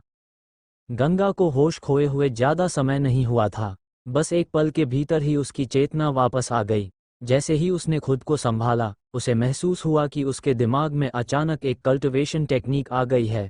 उसका नाम उसे नहीं पता था, लेकिन वह टेक्निक इतनी स्पष्ट थी कि मानो वह उसे बचपन से पढ़ता आ रहा हो। हर चित्र, हर शब्द उसकी स्मृति में गहराई से अंकित था। उसने तुरंत सामने खड़े विशाल स्टोन स्टैचू की ओर देखा और पूछा, सीनियर, यह क्या है? यागमी ने शांत स्वर में कहा, यह हमारी शेखावत फैमिली की शॉकिंग हेवनली डेमन टेक्निक है। यह कोई सर्वोच्च स्तर की टेक्निक नहीं है, लेकिन फिर भी सामान्य डीमंस की टेक्निक्स से कहीं अधिक शक्तिशाली है। अगर तुम इसे पूरी तरह साध लोगे तो तुम्हारी कॉम्बैट पावर समान स्तर के कल्टिवेटर्स से काफी अधिक होगी और तुम रेल्म के पार भी लड़ सकोगे। गंगा ने मन ही मन सोचा कि यह टेक्निक उतनी खास नहीं है, क्योंकि उसकी प्रेजेंट शक्ति पहले ही उसे 3 छोटे रेल्म्स तक लड़ने की क्षमता देती है। फिर भी उसने आदर से हाथ जोड़कर कहा, सीनियर, आपका बहुत धन्यवाद, मैं इस उपकार का कई गुना बदला चुकाऊंगा। यागमी मुस्कुराया, लेकिन उसने गंगा की बात को ज्यादा गंभीरता से नहीं लिया। उसके लिए ये बस एक छोटा सा उपकार था। फिर अचानक उसकी आंखों में काली रोशनी चमकी और उसने कहा, वैसे एक काम है जिसमें शायद तुम मेरी मदद कर सकते हो। गंगा ने तुरंत पूछा, क्या काम? यागमी बोला, मेरे लिए किसी को ढूंढो, वह हमारी शेखावत फैमिली की है और इस समय ब्लैक स्टार पर मौजूद है। गंगा के दिमाग में तुरंत ख्याल आया कि नाइट डिसेंडेंट पैलेस सच में शेखावत फैमिली के डिसेंडेंट्स को ढूंढने के लिए ही बनाया गया था। उसने पूछा, सीनियर, क्या आप उस व्यक्ति के बारे में कुछ जानकारी दे सकते हैं? यागमी ने कहा, उसका नाम राधिका है, मैं तुम्हें उसका चेहरा दिखाता हूँ। इतना कहते ही उसकी आंखों से फिर काली रोशनी निकली और गंगा को घेर लिया। एक पल के लिए गंगा की चेतना धुंधली हुई और उसके दिमाग में एक स्त्री का चेहरा उभर आया। चेहरा थोड़ा धुंधला था, लेकिन उसकी आकृति स्पष्ट थी। वह अत्यंत सुंदर थी और उसके कानों के पास हल्की उभरी हुई विशेषताएं थीं, जो उसके डेमन होने का संकेत देती थीं। चेहरा स्पष्ट होने के बाद गंगा ने हल्की परेशानी के साथ कहा, सीनियर, ब्लैक स्टार बहुत विशाल है। इतनी बड़ी जगह में किसी एक व्यक्ति को ढूंढना आसान नहीं होगा। यागमी ने शांत स्वर में कहा, अगर तुम उससे मिलो तो बस इतना कहना कि मैं नाइट डिसेंडेंट पैलेस में उसका इंतजार कर रहा हूँ। अगर नहीं मिलो तो उसे भाग्य पर छोड़ दो। गंगा ने सिर हिलाया, ठीक है, मैं पूरी कोशिश करूंगा। इसके बाद यागमी ने उसे अपनी हथेली से नीचे जमीन पर रख दिया और कहा, अब तुम जा सकते हो, मुझे विश्राम करना है। ये कहकर उसने बिना इंतजार किए अपनी मुद्रा बदल ली। उसका चेहरा फिर से पहले जैसा भयानक हो गया, आंखों की रोशनी गायब हो गई और वह फिर से एक साधारण स्टोन स्टैचू बन गया, बिल्कुल निश्चल, बिना किसी ऊर्जा के। सीनियर, गंगा ने पुकारा, लेकिन कोई प्रतिक्रिया नहीं मिली। कुछ देर तक उसने स्टैचू को देखा, फिर हल्का सा झुककर धन्यवाद किया। इसके बाद उसने दोनों डेमोनिक कैट्स की ओर देखा और सफेद बिल्ली से पूछा, क्या तुम अब से मेरे साथ चलोगी? सफेद बिल्ली ने मीठी आवाज में मियाओ किया और तुरंत उसके कंधे पर कूद गई। दूसरी ओर काली बिल्ली पहले से ही उसके कंधे पर बैठी थी। अब गंगा के पास 2 वॉइड रेल्म स्तर के शक्तिशाली डीमंस थे, जिससे उसकी सुरक्षा और शक्ति दोनों कई गुना बढ़ गई थीं। वो मुस्कुराया और नीचे सोते हुए डापाओ को देखकर मजाक में बोला, तू तो बस खाने और सोने के अलावा कुछ करता ही नहीं, बिल्कुल बेकार है। लेकिन डापाओ गहरी नींद में था, उसने कोई प्रतिक्रिया नहीं दी। गंगा ने सिर हिलाया और स्पेशल ब्रेसलेट निकाला। अब वह देखना चाहता था कि इसके अंदर क्या है। उसने पहले उस पर अपनी डिवाइन इम्प्रिंट छोड़ी, फिर उसे खोला। जैसा मास्टर ने कहा था, उसके अंदर का स्पेस बेहद विशाल था, सामान्य स्टोरेज रिंग से कई गुना बड़ा। लेकिन हैरानी की बात यह थी कि अंदर लगभग कुछ भी नहीं था। सिर्फ बीच में एक छोटी सी लाल क्रिस्टल रखी हुई थी, जो उसकी उंगली के सिर जितनी छोटी थी। गंगा ने उसे बाहर निकाला और ध्यान से देखा। वह क्रिस्टल पारदर्शी थी, उसके अंदर हल्की नीली रोशनी बह रही थी, जो उसके लाल रंग के साथ मिलकर बेहद सुंदर लग रही थी। सबसे खास बात, उससे स्टेलर एनर्जी की लहरें निकल रही थीं। गंगा ने उसे महसूस किया और पाया कि उसके अंदर अत्यधिक सघन और विशाल स्टार एनर्जी भरी हुई है। इतनी कि वह उसकी पूरी पर्पल मैंशन की ऊर्जा से भी ज्यादा थी। वह चौंक गया। क्या इस वर्ल्ड में ऐसी क्रिस्टल भी होती है जो स्टार एनर्जी को स्टोर कर सकती है? उसने तुरंत 9 रेवोल्यूशन स्टार टेक्निक चलाकर उसे आजमाया। जैसे ही उसने ऐसा किया, क्रिस्टल से नीली रोशनी तेज हो गई और शुद्ध स्टेलर एनर्जी उसके शरीर में प्रवाहित होने लगी। उसने उसे रिफाइन करके अपने पर्पल मैंशन में समाहित कर लिया। ये देखकर वह बेहद उत्साहित हो गया। ये तो कल्टिवेशन के लिए खजाना है। अगर मुझे ऐसे और क्रिस्टल्स मिल जाएं, तो मेरी 9 रेवोल्यूशन स्टार टेक्निक बहुत तेजी से आगे बढ़ सकती है। लेकिन अगले ही पल उसने खुद को रोका और हल्का सा हंस पड़ा। इतना आसान नहीं है, यह एक ही मिलना बड़ी बात है। फिर उसने सोचा कि मास्टर से पूछना चाहिए कि यह क्रिस्टल क्या है। वह तुरंत अपनी डिवाइन कॉन्शियसनेस में गया और पुकारा, मास्टर बाहर आओ। लेकिन कोई जवाब नहीं आया। उसने फिर पुकारा, फिर भी कुछ नहीं। अब उसके मन में चिंता होने लगी। वो तुरंत मैजिकल कैनन के अंदर गया, लेकिन वहां मास्टर की कोई उपस्थिति नहीं थी। पूरी जगह खाली थी। गंगा का दिल धड़क उठा। मास्टर कहाँ गया? उसने हर जगह खोजा, लेकिन कुछ नहीं मिला। उसके मन में एक भयानक विचार आया, क्या यागमी ने मास्टर को महसूस करके खत्म कर दिया? लेकिन फिर उसने सोचा, अगर ऐसा होता तो कुछ तो संकेत मिलता। फिर भी सच्चाई ये थी कि मास्टर गायब था। इस सोच ने गंगा के मन को भारी कर दिया। अब उसे किसी चीज में इंटरेस्ट नहीं रही। उसने जल्दी जल्दी ऑक्सीजन डिवाइसेस अपने दूसरे स्टोरेज से निकालकर स्पेशल ब्रेसलेट में रखे। फिर दोनों कैट्स और डापाओ को भी अंदर रखा और बिना समय गंवाए वह सीधे सैक्रिफिशियल हॉल से बाहर उड़ गया। सीनियर ब्रदर, आप ठीक तो हैं? सैक्रिफिशियल हॉल के बाहर खड़े रविंद्र ने जैसे ही गंगा को बाहर आते देखा, वह तुरंत उसकी ओर बढ़ गया। अंदर से आए तेज धमाके की आवाज उसने पहले ही सुन ली थी, इसलिए वह पूरे समय चिंता में था। अब गंगा को सुरक्षित देखकर उसने राहत की लंबी सांस ली। गंगा ने शांत स्वर में कहा, अंदर मैंने एक और डेमन कैट को काबू कर लिया। वह सफेद रंग की है और उसकी ताकत काली बिल्ली से कम नहीं है। रविंद्र की आंखें फैल गईं, फिर वह हंस पड़ा। तो फिर बधाई हो सीनियर ब्रदर, अब तुम्हारे पास 2 वॉइड रेल्म स्तर के सहायक हैं। अब तो तुम्हें कोई भी आसानी से नहीं हरा सकता। फिर उसने इधर उधर देखा और पूछा, वैसे डापाओ कहाँ गया? गंगा ने अपने हाथ में पकड़े स्पेशल ब्रेसलेट को हिलाया और कहा, मैंने इसे खोल लिया है। कैनन और दोनों किटन्स को इसके अंदर रख दिया है। रविंद्र ने राहत की सांस ली। यह अच्छा हुआ, नहीं तो शिवमटा कुत्ता हर समय सोता रहता है और हमें ही उठाकर ले जाना पड़ता। उसने फिर पूछा, अब आगे क्या प्लान है? गंगा कुछ पल के लिए चुप हो गया। मास्टर के गायब होने की बात उसे अभी भी परेशान कर रही थी। हालांकि अब उसके पास मैप भी था और ताकत भी, लेकिन उसका मन अब ट्रेजर हंट में नहीं लग रहा था। उसने धीरे से कहा, सीनियर ब्रदर अर्पित, इस बार हमें काफी कुछ मिल चुका है। मैं अभी आगे एक्सप्लोर नहीं करना चाहता। क्यों ना हम सामने वाले कमरे में कुछ दिन रुककर कल्टिवेशन करें? सैक्रिफिशियल हॉल का माहौल उसे अब भी असहज कर रहा था। यागमी ने उसकी मदद जरूर की थी, लेकिन उसकी मौजूदगी बहुत ही रहस्यमयी और भयावह थी। गंगा वहां और समय नहीं बिताना चाहता था। रविंद्र ने बिना हिचक सिर हिलाया, ठीक है, मैं तैयार हूं। दोनों तुरंत सामने वाले कमरे में चले गए। इस बार रविंद्र पहले जैसा डरा हुआ नहीं था। उसने एक कोना चुना, अपनी नई 4 रूम वाली विशाल कुल्हाड़ी निकाली और उसे चलाने का अभ्यास करने लगा। वहीं दूसरी ओर गंगा जमीन पर बैठ गया और अपनी कॉन्शियसनेस को भीतर ले गया। उसका मकसद साफ था, मास्टर को ढूंढना। लेकिन जैसे ही उसकी divine soul, immortal demon magical cannon के पास पहुंची, अचानक उसमें से एक परिचित आकृति बाहर आए। वो मास्टर था। मास्टर, गंगा के चेहरे पर खुशी छा गई। तुमने तो मुझे डरा ही दिया था। मुझे लगा तुम खत्म हो गए। मास्टर ने आंखें घुमाईं, बेवकूफी की बातें मत करो। मैं बस छिप गया था। अगर वह रोशन मुझे देख लेता तो वह मुझे जरूर खत्म कर देता।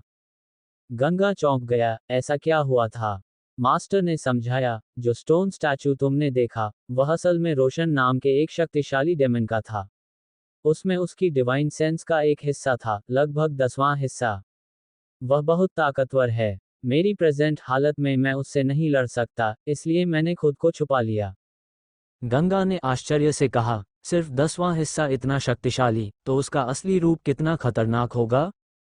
मास्टर बोला, वह 3 फेजेस रेल्म से भी ऊपर का अस्तित्व है। पूरे स्टार सी में भी वह कमजोर नहीं माना जाता।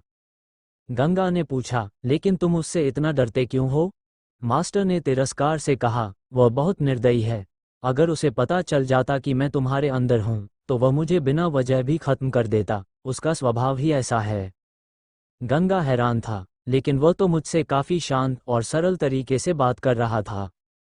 मास्टर हंसा, या तो तुम उसके जाल में फंस गए हो, या फिर यह वही रोशन नहीं है जिसे मैं जानता हूं। फिर उसने कहा, पुरानी बात है, हजारों साल पहले उसने मुझसे पंगा लिया था। मैंने उसे एक ही थप्पड़ में तोड़ दिया था। अगर उसके परिवार का मुखिया मेरे काम नहीं आया होता, तो मैं उसे वहीं खत्म कर देता। गंगा हंस पड़ा, तो अब हालात उल्टे हो गए हैं, तुम छिप रहे हो। मास्टर ने भी हंसकर कहा, हर किसी का समय आता है। जब मैं पूरी तरह रिकवर हो जाऊंगा, तब फिर से वही ताकत होगी। फिर उसने गंभीर होकर पूछा, उसने तुम्हें क्या दिया? गंगा ने पूरी कहानी विस्तार से बता दी, टेक्निक, मैप, ब्रेसलेट, सब कुछ। मास्टर ध्यान से सुनता रहा। अचानक उसका चेहरा बदल गया। वह गुस्से से बोला, यह सही नहीं है, यह बिल्कुल सही नहीं है। गंगा चौंक गया, क्या हुआ? मास्टर ने ठंडे स्वर में कहा, उसने तुम्हें जो टेक्निक दी है, वह शॉकिंग हेवनली डेमन टेक्निक नहीं है। गंगा का दिल धड़क उठा, तो फिर क्या है?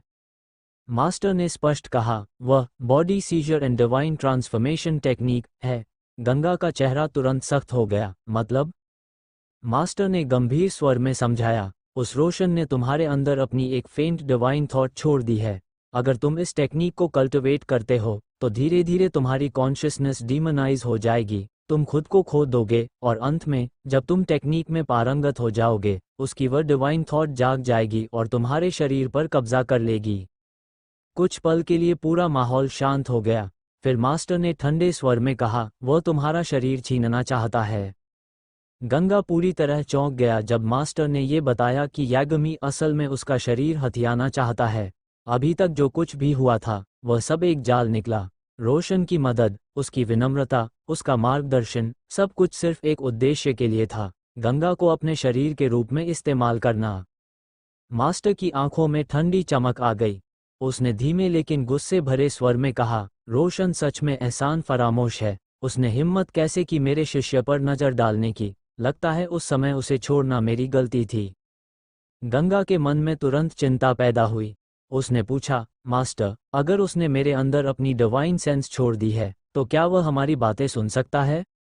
मास्टर ने सिर हिलाया, चिंता मत करो। उसकी डिवाइन सेंस अभी बहुत कमजोर है और गहरी नींद में है। वह तभी सक्रिय होगी जब तुम उस टेक्निक को पूरी तरह सीख लोगे, और जब वह तुम्हारे शरीर पर कब्जा करेगा, तब वह वापस नाइट डिसेंडेंट पैलेस आएगा और अपनी बाकी डिवाइन सेंस को भी तुम्हारे शरीर में ट्रांसफर करेगा।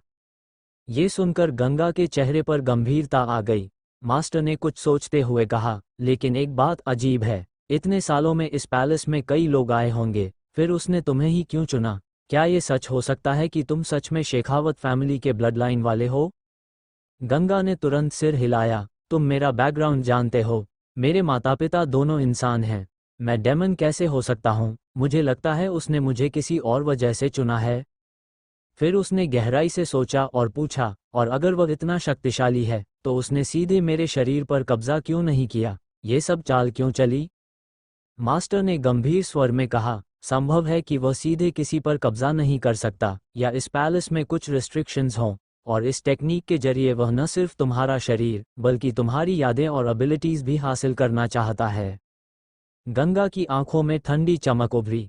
उसने दांत भींचते हुए कहा, वह सच में बहुत चालाक है। अगर तुम नहीं होते, तो मैं उसे एक अच्छा व्यक्ति समझता रहता, लेकिन उसने एक गलती कर दी। उसे लगा कि मैं उसकी दी हुई टेक्निक सीख लूंगा, जबकि मेरी 9 रेवोल्यूशन स्टार टेक्निक उससे कहीं बेहतर है। मास्टर हल्का हंसा, फिर भी उसने तुम्हें लगभग बेवकूफ़ बना ही दिया था। उसकी एक्टिंग पहले से भी बेहतर हो गई है। गंगा ने सिर हिलाया, लेकिन फिर एक और सवाल उसके मन में आया, उसने यहाँ अपनी डिवाइन सेंस क्यों छोड़ी है? मास्टर ने कहा, उसने खुद बताया था, वह राधिका को ढूंढ रहा है, और याद रखना, ये खोज किसी अच्छे इरादे से नहीं है। गंगा ने तुरंत पूछा, ये राधिका कौन है? मास्टर के चेहरे पर पुरानी यादों का भाव आ गया। उसने कहा, राधिका रोशन की सौतेली बहन है। उसका टैलेंट बेहद असाधारण है। वह कल्टीवेशन में ज़्यादा इंटरेस्ट नहीं रखती, फिर भी उसकी शक्ति रोशन से ज़्यादा है। उसने आगे कहा, रोशन अपनी क्रूरता के लिए जाना जाता है, लेकिन राधिका अपनी प्रतिभा के लिए, और रोशन ये बर्दाश्त नहीं कर सकता था कि उसकी बहन उससे ज़्यादा शक्तिशाली हो, इसलिए वह उसे मारना चाहता था, लेकिन खुले तौर पर नहीं, छिपकर। गंगा ध्यान से सुनता रहा। मास्टर ने कहा, एक समय शेखावत फैमिली के मुखिया ने इस मामले को उठाने की सोची थी, लेकिन राधिका ने खुद ही मना कर दिया। बाद में कुछ हुआ और वह ब्लैक स्टार आ गई, और अब रोशन उसका पीछा करते हुए यहाँ आया है।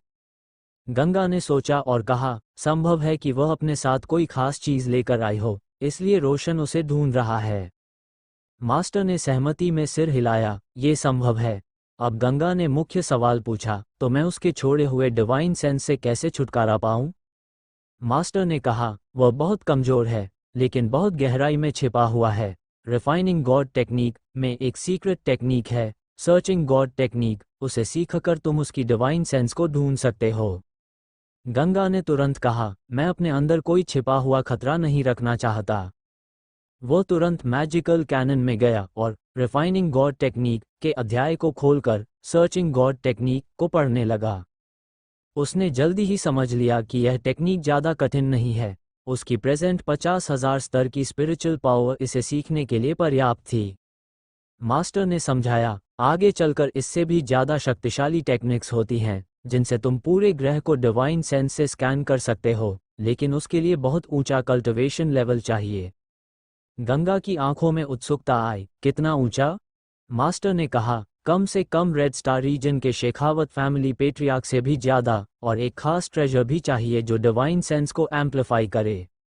गंगा ने हल्की हंसी के साथ सिर हिलाया, वह तो अभी बहुत दूर की बात है। फिर मास्टर ने पूछा, क्या तुम अभी इस टेक्निक को सीखकर उसकी डिवाइन सेंस हटाने वाले हो? गंगा ने कहा, हाँ, लेकिन मास्टर ने तुरंत रोका, अभी नहीं। अगर तुम यहाँ उसकी डिवाइन सेंस खत्म करोगे, तो स्टोन स्टैचू तुरंत महसूस कर लेगा। बेहतर है कि पैलेस से बाहर जाकर यह करो।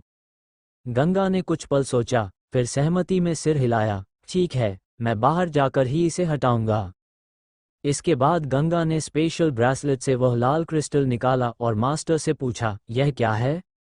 मास्टर ने जैसे ही उसे देखा, उसकी आंखें चमक उठीं। वह हंस पड़ा, तुम्हारी किस्मत तो सच में कमाल है, ये क्रिम्सन स्टार स्टोन का फ्रैगमेंट है।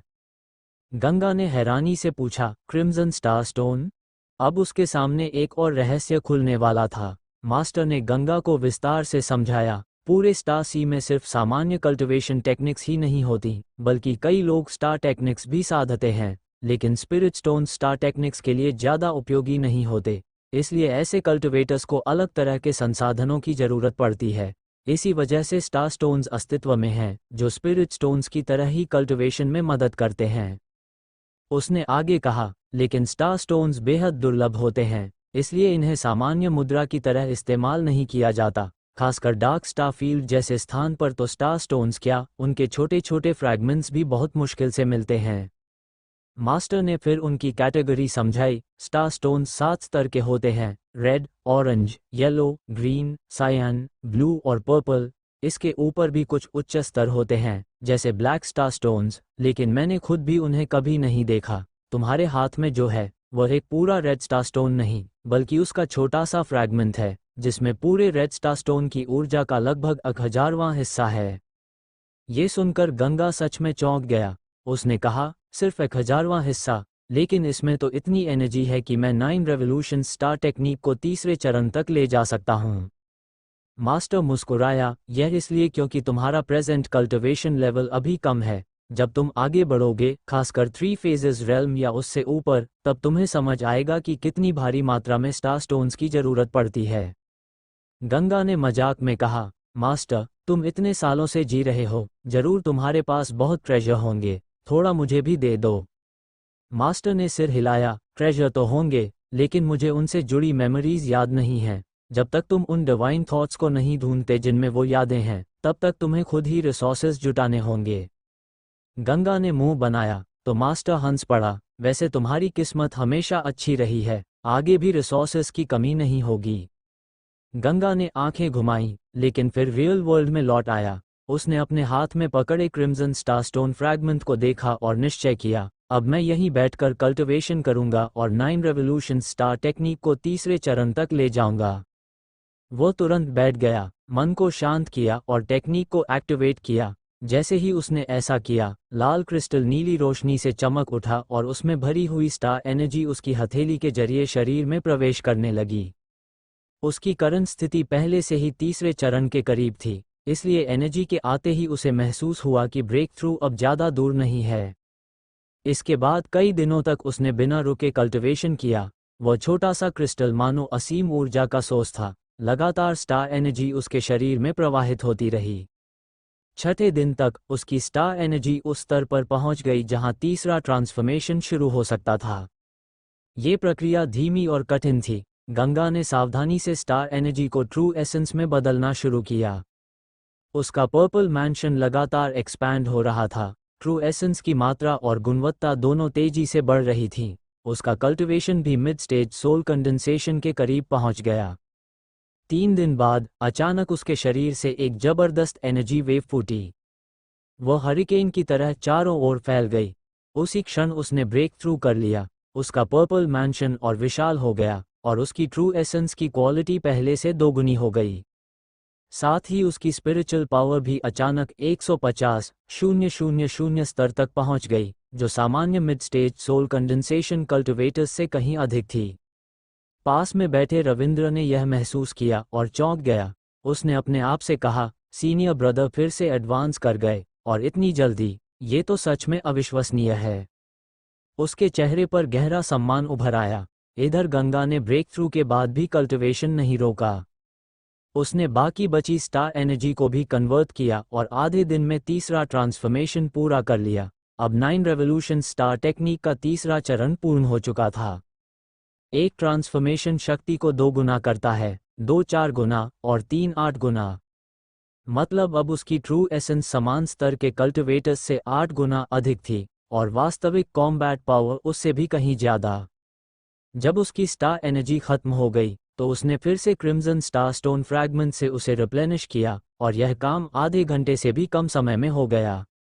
गंगा ने आंखें खोलीं, उसके चेहरे पर खुशी साफ थी। उसने अपनी हथेली खोली, नीली स्टार एनर्जी उसमें घूम रही थी और उसकी शक्ति पहले से कई गुना अधिक थी।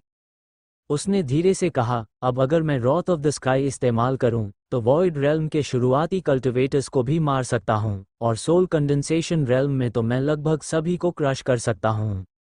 उसने क्रिस्टल को फिर से देखकर कहा, यह सच में खजाना है। फिर उसने उसे सुरक्षित रख लिया और रविंद्र के पास चला गया। रविंद्र पहले से ही इंतजार कर रहा था। उसने मुस्कुराकर कहा, बधाई हो, सीनियर ब्रदर। गंगा हंसा, चलो, अब तुम्हें ऑफिशियली जूनियर ब्रदर कह सकता हूँ। दोनों हंसते हुए कमरे से बाहर निकले, लेकिन जैसे ही वे मेन हॉल में पहुंचे गंगा अचानक रुक गया। उसकी आंखों में आश्चर्य भर गया, क्योंकि हॉल में अब बहुत सारे लोग मौजूद थे। जैसे ही गंगा मेन हॉल से बाहर निकला, उसकी नज़र तुरंत ऊपर उठी और वह एक पल के लिए ठिठक गया। पूरा हॉल अब पहले जैसा शांत और खाली नहीं था। सैकड़ों कल्टिवेटर्स हवा में तैर रहे थे, चारों दिशाओं में नजरें दौड़ाते हुए कुछ खोज रहे थे। वहीं नीचे दर्जनों सोल कंडेंसेशन रेल्म के कल्टिवेटर्स पूरे हॉल की संरचना और हर कोने की बारीकी से जांच कर रहे थे, मानो किसी खास चीज की तलाश में हो। गंगा ने तुरंत अपनी डिवाइन सेंस फैलाकर स्थिति का अंदाजा लगाया और पाया कि कुल मिलाकर 163 कल्टिवेटर्स वहां मौजूद थे। सबसे कमजोर भी early stage soul condensation realm में था, जबकि उनमें 4 वॉइड रेल्म के एक्सपर्ट्स भी शामिल थे। इतना शक्तिशाली समूह किसी भी स्थिति में बेहद खतरनाक था। ध्यान से महसूस करने पर गंगा ने पाया कि इन सभी के शरीर से हल्की डेमोनिक एनर्जी निकल रही थी, जो साफ बता रही थी कि ये सभी डेमोनिक आर्ट्स के कल्टिवेटर्स हैं।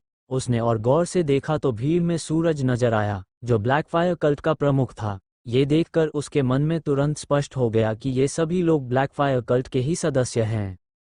तभी अचानक भीड़ में से एक जोरदार आवाज गूंजी, कोई है वहां? हॉल भले ही बहुत विशाल था, लेकिन ब्लैकफायर कल्ट के लोग लगातार सर्च कर रहे थे और तीनों खुले दरवाजे उनकी मुख्य नज़र में थे, इसलिए गंगा और रविंद्र तुरंत दिखाई दे गए। अगले ही पल कई कल्टिवेटर्स तेजी से उनकी ओर उड़ते हुए आए और पीछे हटने का रास्ता पूरी तरह बंद कर दिया। बाकी लोग भी चारों ओर से घिरते चले गए और कुछ ही क्षणों में गंगा और रविंद्र पूरी तरह सराउंडेड हो चुके थे। ये दृश्य देखकर गंगा के मन में हल्की झुंझलाहट पैदा हुई। अभी भी उसने 9 रेवोल्यूशन स्टार टेक्निक का तीसरा चरण पूरा किया था और अपनी कल्टिवेशन भी बढ़ाई थी। वह सोच रहा था कि अब अपनी नई शक्ति का प्रदर्शन करेगा, लेकिन बाहर आते ही इतनी बड़ी मुसीबत सामने आ जाएगी, उसने कभी सोचा नहीं था। वह अच्छी तरह जानता था कि चाहे वह कितना भी शक्तिशाली क्यों न हो, इतने बड़े समूह से अकेले लड़ना असंभव है। उसी समय भीड़ में से एक चौंकी हुई आवाज आई, तुम। गंगा ने मुड़कर देखा और उसकी आंखों में ठंडी चमक आ गई। यह आवाज ललित की थी, जिसने ड्रैगन मार्शल अकेडमी से गद्दारी करके ब्लैकफायर कल्ट में शरण ली थी। ललित की नज़रों में गहरी नफरत और हत्या की भावना साफ दिखाई दे रही थी। उसने सूरज की ओर मुड़कर कहा, वेनरेबल शिन, ये दोनों ड्रैगन मार्शल अकेडमी के डिसाइपल हैं, और इस गंगा को तो आप जरूर जानते होंगे। जैसे ही गंगा का नाम लिया गया, पूरे ब्लैकफायर कल्ट के लोगों के चेहरे पर अलग ही भाव आ गए। सभी की नज़रें एक साथ गंगा पर टिक गईं। ये सिर्फ उसकी हाल की प्रसिद्धि की वजह से नहीं था, बल्कि इसलिए भी कि उनके पोप, जिसे पहले एसूरा फेरी कहा जाता था, ने कभी गंगा को महत्व दिया था और उसकी मदद भी की थी। इस वजह से ब्लैकफायर कल्ट के अंदर पहले से ही गंगा को लेकर चर्चाएं चल रही थीं। सूरज ने गंगा को ऊपर से नीचे तक देखा और ठंडे स्वर में कहा, तो ये है गंगा, दिखने में तो बिल्कुल साधारण है, कुछ खास नहीं। ललित तुरंत बोला, उसे कम मत आंकिए, इसकी ताकत असामान्य है। और वह अचानक रुक गया, उसकी आंखें फैल गईं। ये कैसे हो सकता है? तुम मिड स्टेज सोल कंडेंसेशन में पहुंच गए? उसकी बात सुनते ही बाकी लोग भी चौंक गए। कोई बोला, क्या ये 2 महीने में इतने लेवल्स पार कर गया? दूसरा बोला, ये तो नामुमकिन है, चाहे कितनी भी शक्तिशाली दवाएं क्यों ना हों। कुछ लोगों ने शक जताया कि शायद गंगा पहले से ही अपनी असली कल्टिवेशन छुपा रहा था। उन्हें क्या पता कि गंगा ने स्टार एनर्जी को सीधे ट्रू एसेंस में बदलकर यह असंभव सा काम कर दिखाया था। सूरज की आंखों में अब गहरी सोच के साथ साथ लालच भी झलकने लगा। उसने ललित से पूछा, क्या तुम पक्के तौर पर कह सकते हो कि इसने इतनी जल्दी ब्रेक थ्रू किया है? ललित ने गंभीरता से सिर हिलाया। बिल्कुल, सूरज ने धीमे स्वर में कहा, तो इसका टैलेंट बहुत खतरनाक है। ललित ने आगे कहा, सिर्फ टैलेंट ही नहीं, ये हायर रेल्म के ओपोनेंट्स से भी लड़ सकता है, और इसने स्टार टेक्निक भी कल्टिवेट की है। स्टार टेक्निक, ये शब्द सुनते ही पूरे माहौल में हलचल मच गई। ब्लैकफायर कल्ट के लगभग सभी लोगों की आंखों में लालच की चमक उभर आई। स्टार टेक्निक एक ऐसी चीज थी जो बेहद दुर्लभ और शक्तिशाली थी। ब्लैकफायर कल्ट में भी इसे केवल पोप, वाइस पोप और 4 सीक्रेट फ्लेम एनवॉयज ही सीख सकते थे, जबकि बाकी लोगों को अनडाइंग रेल्म तक पहुंचने के बाद ही इसकी इजाजत मिलती थी। अब गंगा उनके लिए केवल एक दुश्मन नहीं रहा था, बल्कि एक चलता फिरता खजाना बन चुका था। अगर वे उससे ये टेक्निक हासिल कर लेते तो उनकी कॉम्बैट पावर कई गुना बढ़ सकती थी। ललित ने ठंडे स्वर में कहा, इसे मारना मत, पहले इससे स्टार टेक्निक निकलवानी होगी, धीरे धीरे टॉर्चर करके।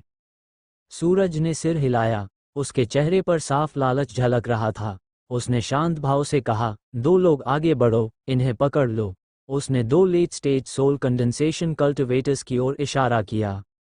वे दोनों तुरंत आगे बढ़ने लगे, लेकिन तभी ललित ने उन्हें रोक दिया और सूरज के पास आकर धीमे स्वर में कहा, इन 2 लोगों से काम नहीं चलेगा, ये लड़का जितना दिखता है, उससे कहीं ज्यादा खतरनाक है।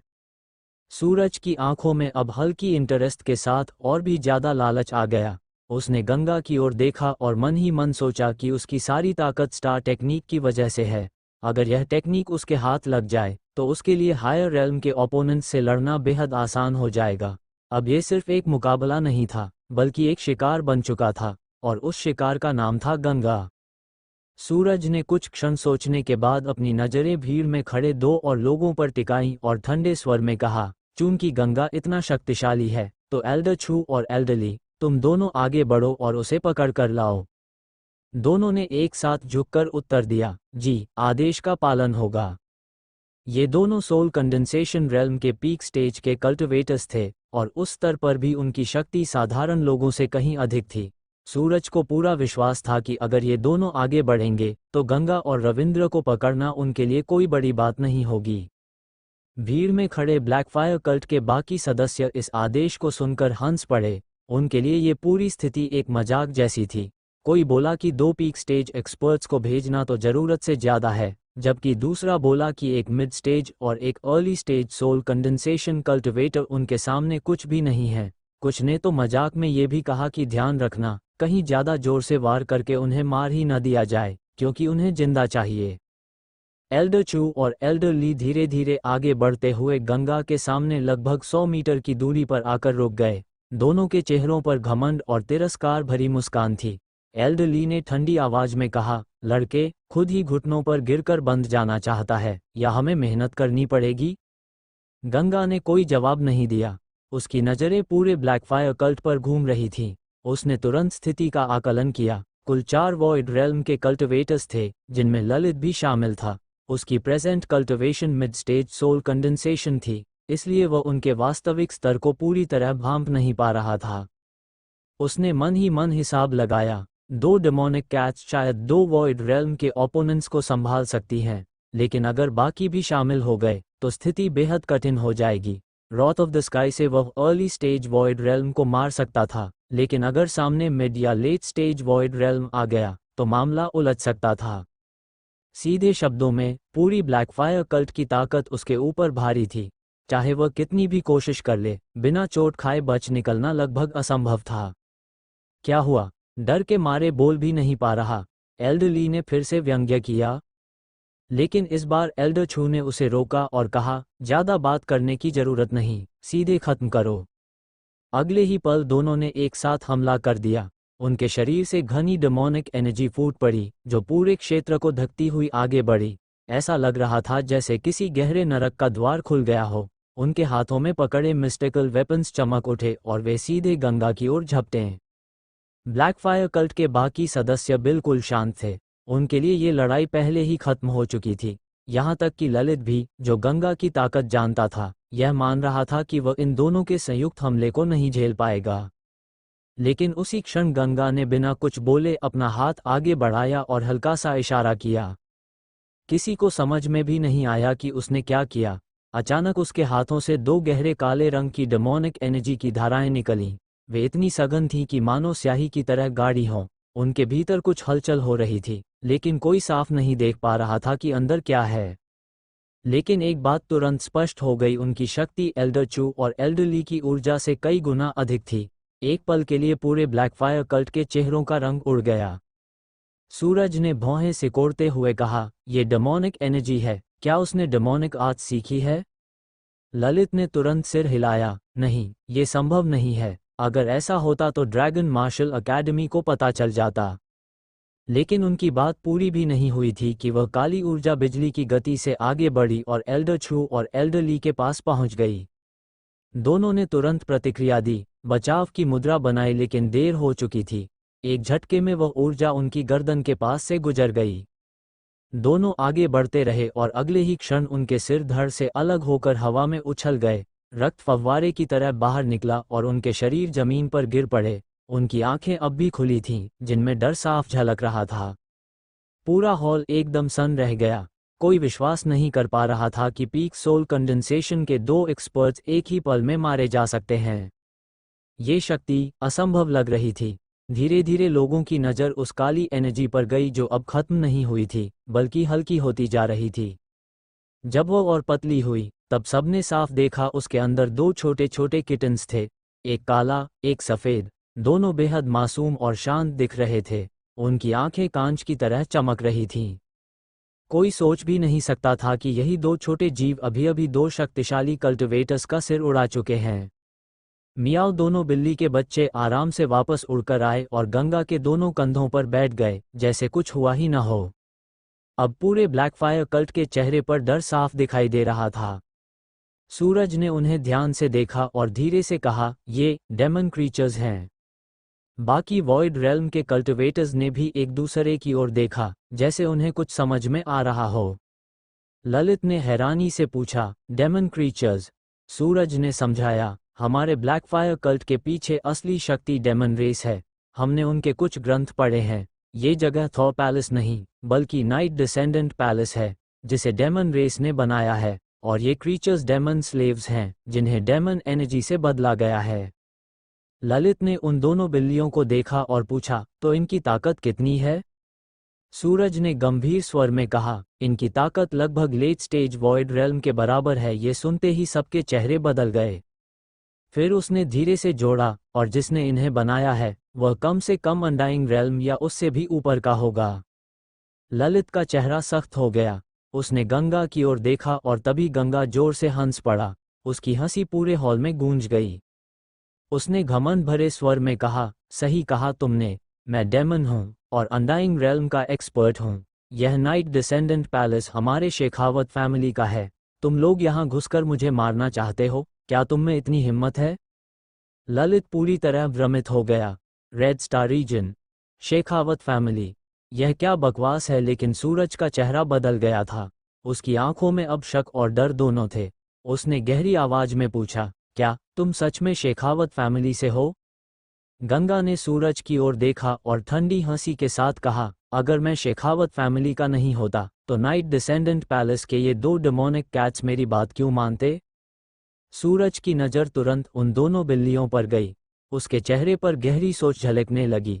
उसने मन ही मन विचार किया कि यह पैलेस हजारों सालों से मौजूद है, लेकिन कभी भी किसी डेमन का कोई निशान नहीं मिला। ऐसे में अचानक आज एक शेखावत फैमिली का डिसेंडेंट सामने आ जाना बहुत ही अजीब बात थी। उसके बगल में खड़े ललित का चेहरा गंभीर था। उसने धीमी आवाज में पूछा, वेनरेबल शिन, ये रेड स्टार रीजन और शेखावत फैमिली आखिर है क्या?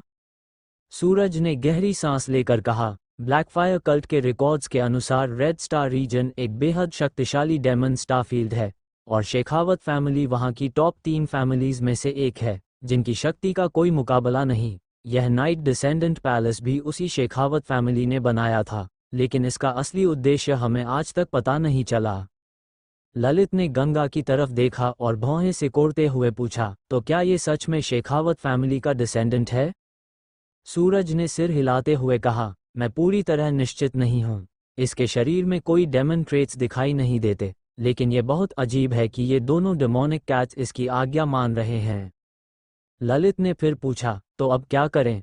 सूरज ने तुरंत अपनी सोच को संभाला और बाकी ब्लैकफायर कल्ट के लोगों को वॉइस ट्रांसमिशन के जरिए आदेश दिया कि कोई भी जल्दबाजी में कदम न उठाए और पहले गंगा की असली पहचान और ताकत को परखा जाए। गंगा ने उनकी फुसफुसाहट देखकर व्यंग्य से कहा, क्या हुआ? मेरी बात पर शक है? उसने सामने के विशाल दरवाजे की ओर इशारा करते हुए कहा, अगर यकीन नहीं है तो मैं रोशन को बुला सकता हूँ। उसने अपनी डिवाइन सेंस का एक हिस्सा उस स्टोन स्टैचू में छोड़ा है। अगर वह खुद सामने आ गया तो तुम सबको एक ही पल में खत्म कर देगा।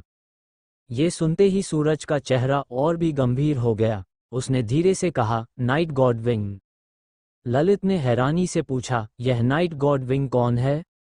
सूरज ने धीमी आवाज में जवाब दिया, रिकॉर्ड्स में ज्यादा जानकारी नहीं है, लेकिन रोशन शेखावत फैमिली का बेहद खतरनाक एक्सपर्ट है।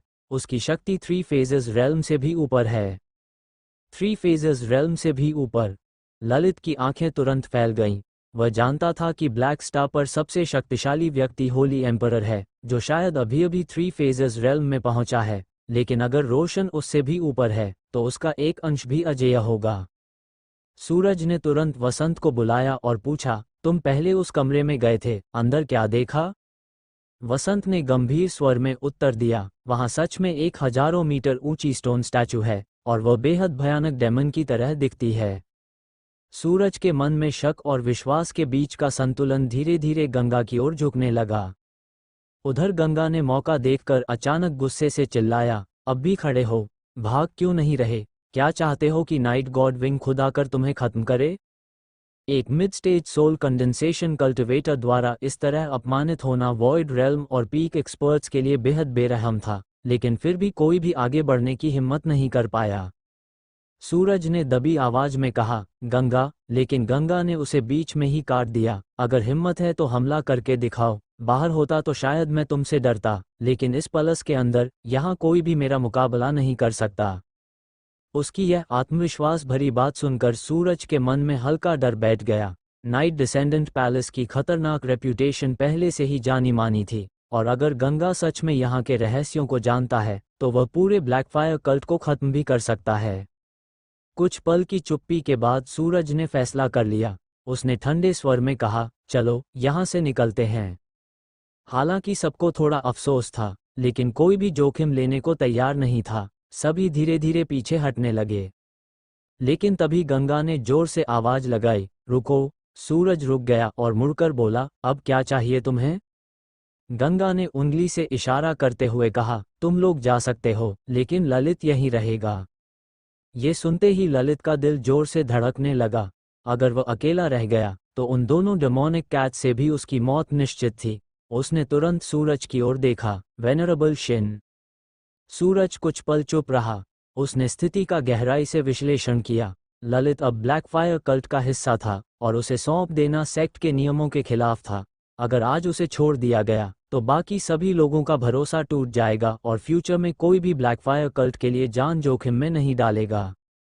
अंत में सूरज ने ठोस निर्णय लिया और कहा, ललित अब ब्लैकफायर कल्ट का सदस्य है।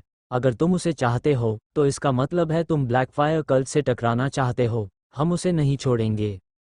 ये सुनकर ललित ने राहत की सांस ली। उसके मन में सूरज के लिए सम्मान और बढ़ गया। लेकिन गंगा के लिए यह स्थिति थोड़ी अप्रत्याशित थी। उसने सोचा था कि उसका डर दिखाना काम कर जाएगा, लेकिन ब्लैकफायर कल्ट ने अपने सिद्धांत नहीं छोड़े। उसने तुरंत अपने मन में सोचा कि अगर अब उसने कमजोरी दिखाई तो सब समझ जाएंगे कि वह ब्लफ कर रहा है। इसलिए वह आगे बढ़ा और ठंडी हंसी के साथ बोला, मैं तो ब्लैकफायर कल्ट के पोप के सम्मान में तुम्हें छोड़ने वाला था, लेकिन अब तुम खुद मौत को बुला रहे हो। ठीक है, अब नाइट गॉड विंग खुद फैसला करेगा। इतना कहकर उसने जोर से डेमन लैंग्वेज में चिल्लाया, लेकिन असल में वह सिर्फ बेकार की बातें कर रहा था। कमाल है, मैं इतनी मेहनत से एक्टिंग कर रहा हूं और तुम लोग खेल बिगाड़ रहे हो। क्यों नहीं भाग जाते बेवकूफों? हालांकि उसकी बात का असली मतलब कोई नहीं समझ पाया। ब्लैकफायर कल्ट के लोगों को लगा कि वह सच में नाइट गॉड विंग को बुला रहा है। तुरंत पूरे माहौल में तनाव भर गया। कई लोगों ने अपने हथियार निकाल लिए, जैसे किसी भयंकर युद्ध के लिए तैयार हों। ललित के दिमाग में तेजी से विचार दौड़ने लगे। अगर अभी लड़ाई नहीं हुई और नाइट गॉड विंग सच में आ गया तो वह अकेला मर जाएगा। इसलिए उसे ब्लैकफायर कल्ट को अभी एक्शन लेने के लिए मजबूर करना था। अगले ही पल उसने अपनी तलवार निकाल ली और जोर से चिल्लाया, अभी हमला करो, इसे मौका मत दो। और यह कहते ही वो सीधे गंगा की ओर झपट पड़ा। मंडे या ट्यूसडे से हम लोग नई स्टोरी भी डालेंगे इस पर, और डेली सारी कंटिन्यू कर दूंगा सीरीज़ को। और लॉन्चिंग भी होगा नए नए सीरीज़ का, और नए एप्लीकेशन का लिंक भी हम लोग दे ही देंगे। अगर आ गया तो, नहीं आया तो हम लोग मंडे से या ट्यूसडे से हम लोग कंटिन्यू कर देंगे। पूरा डेली आना स्टार्ट हो जाएंगे एपिसोड्स का।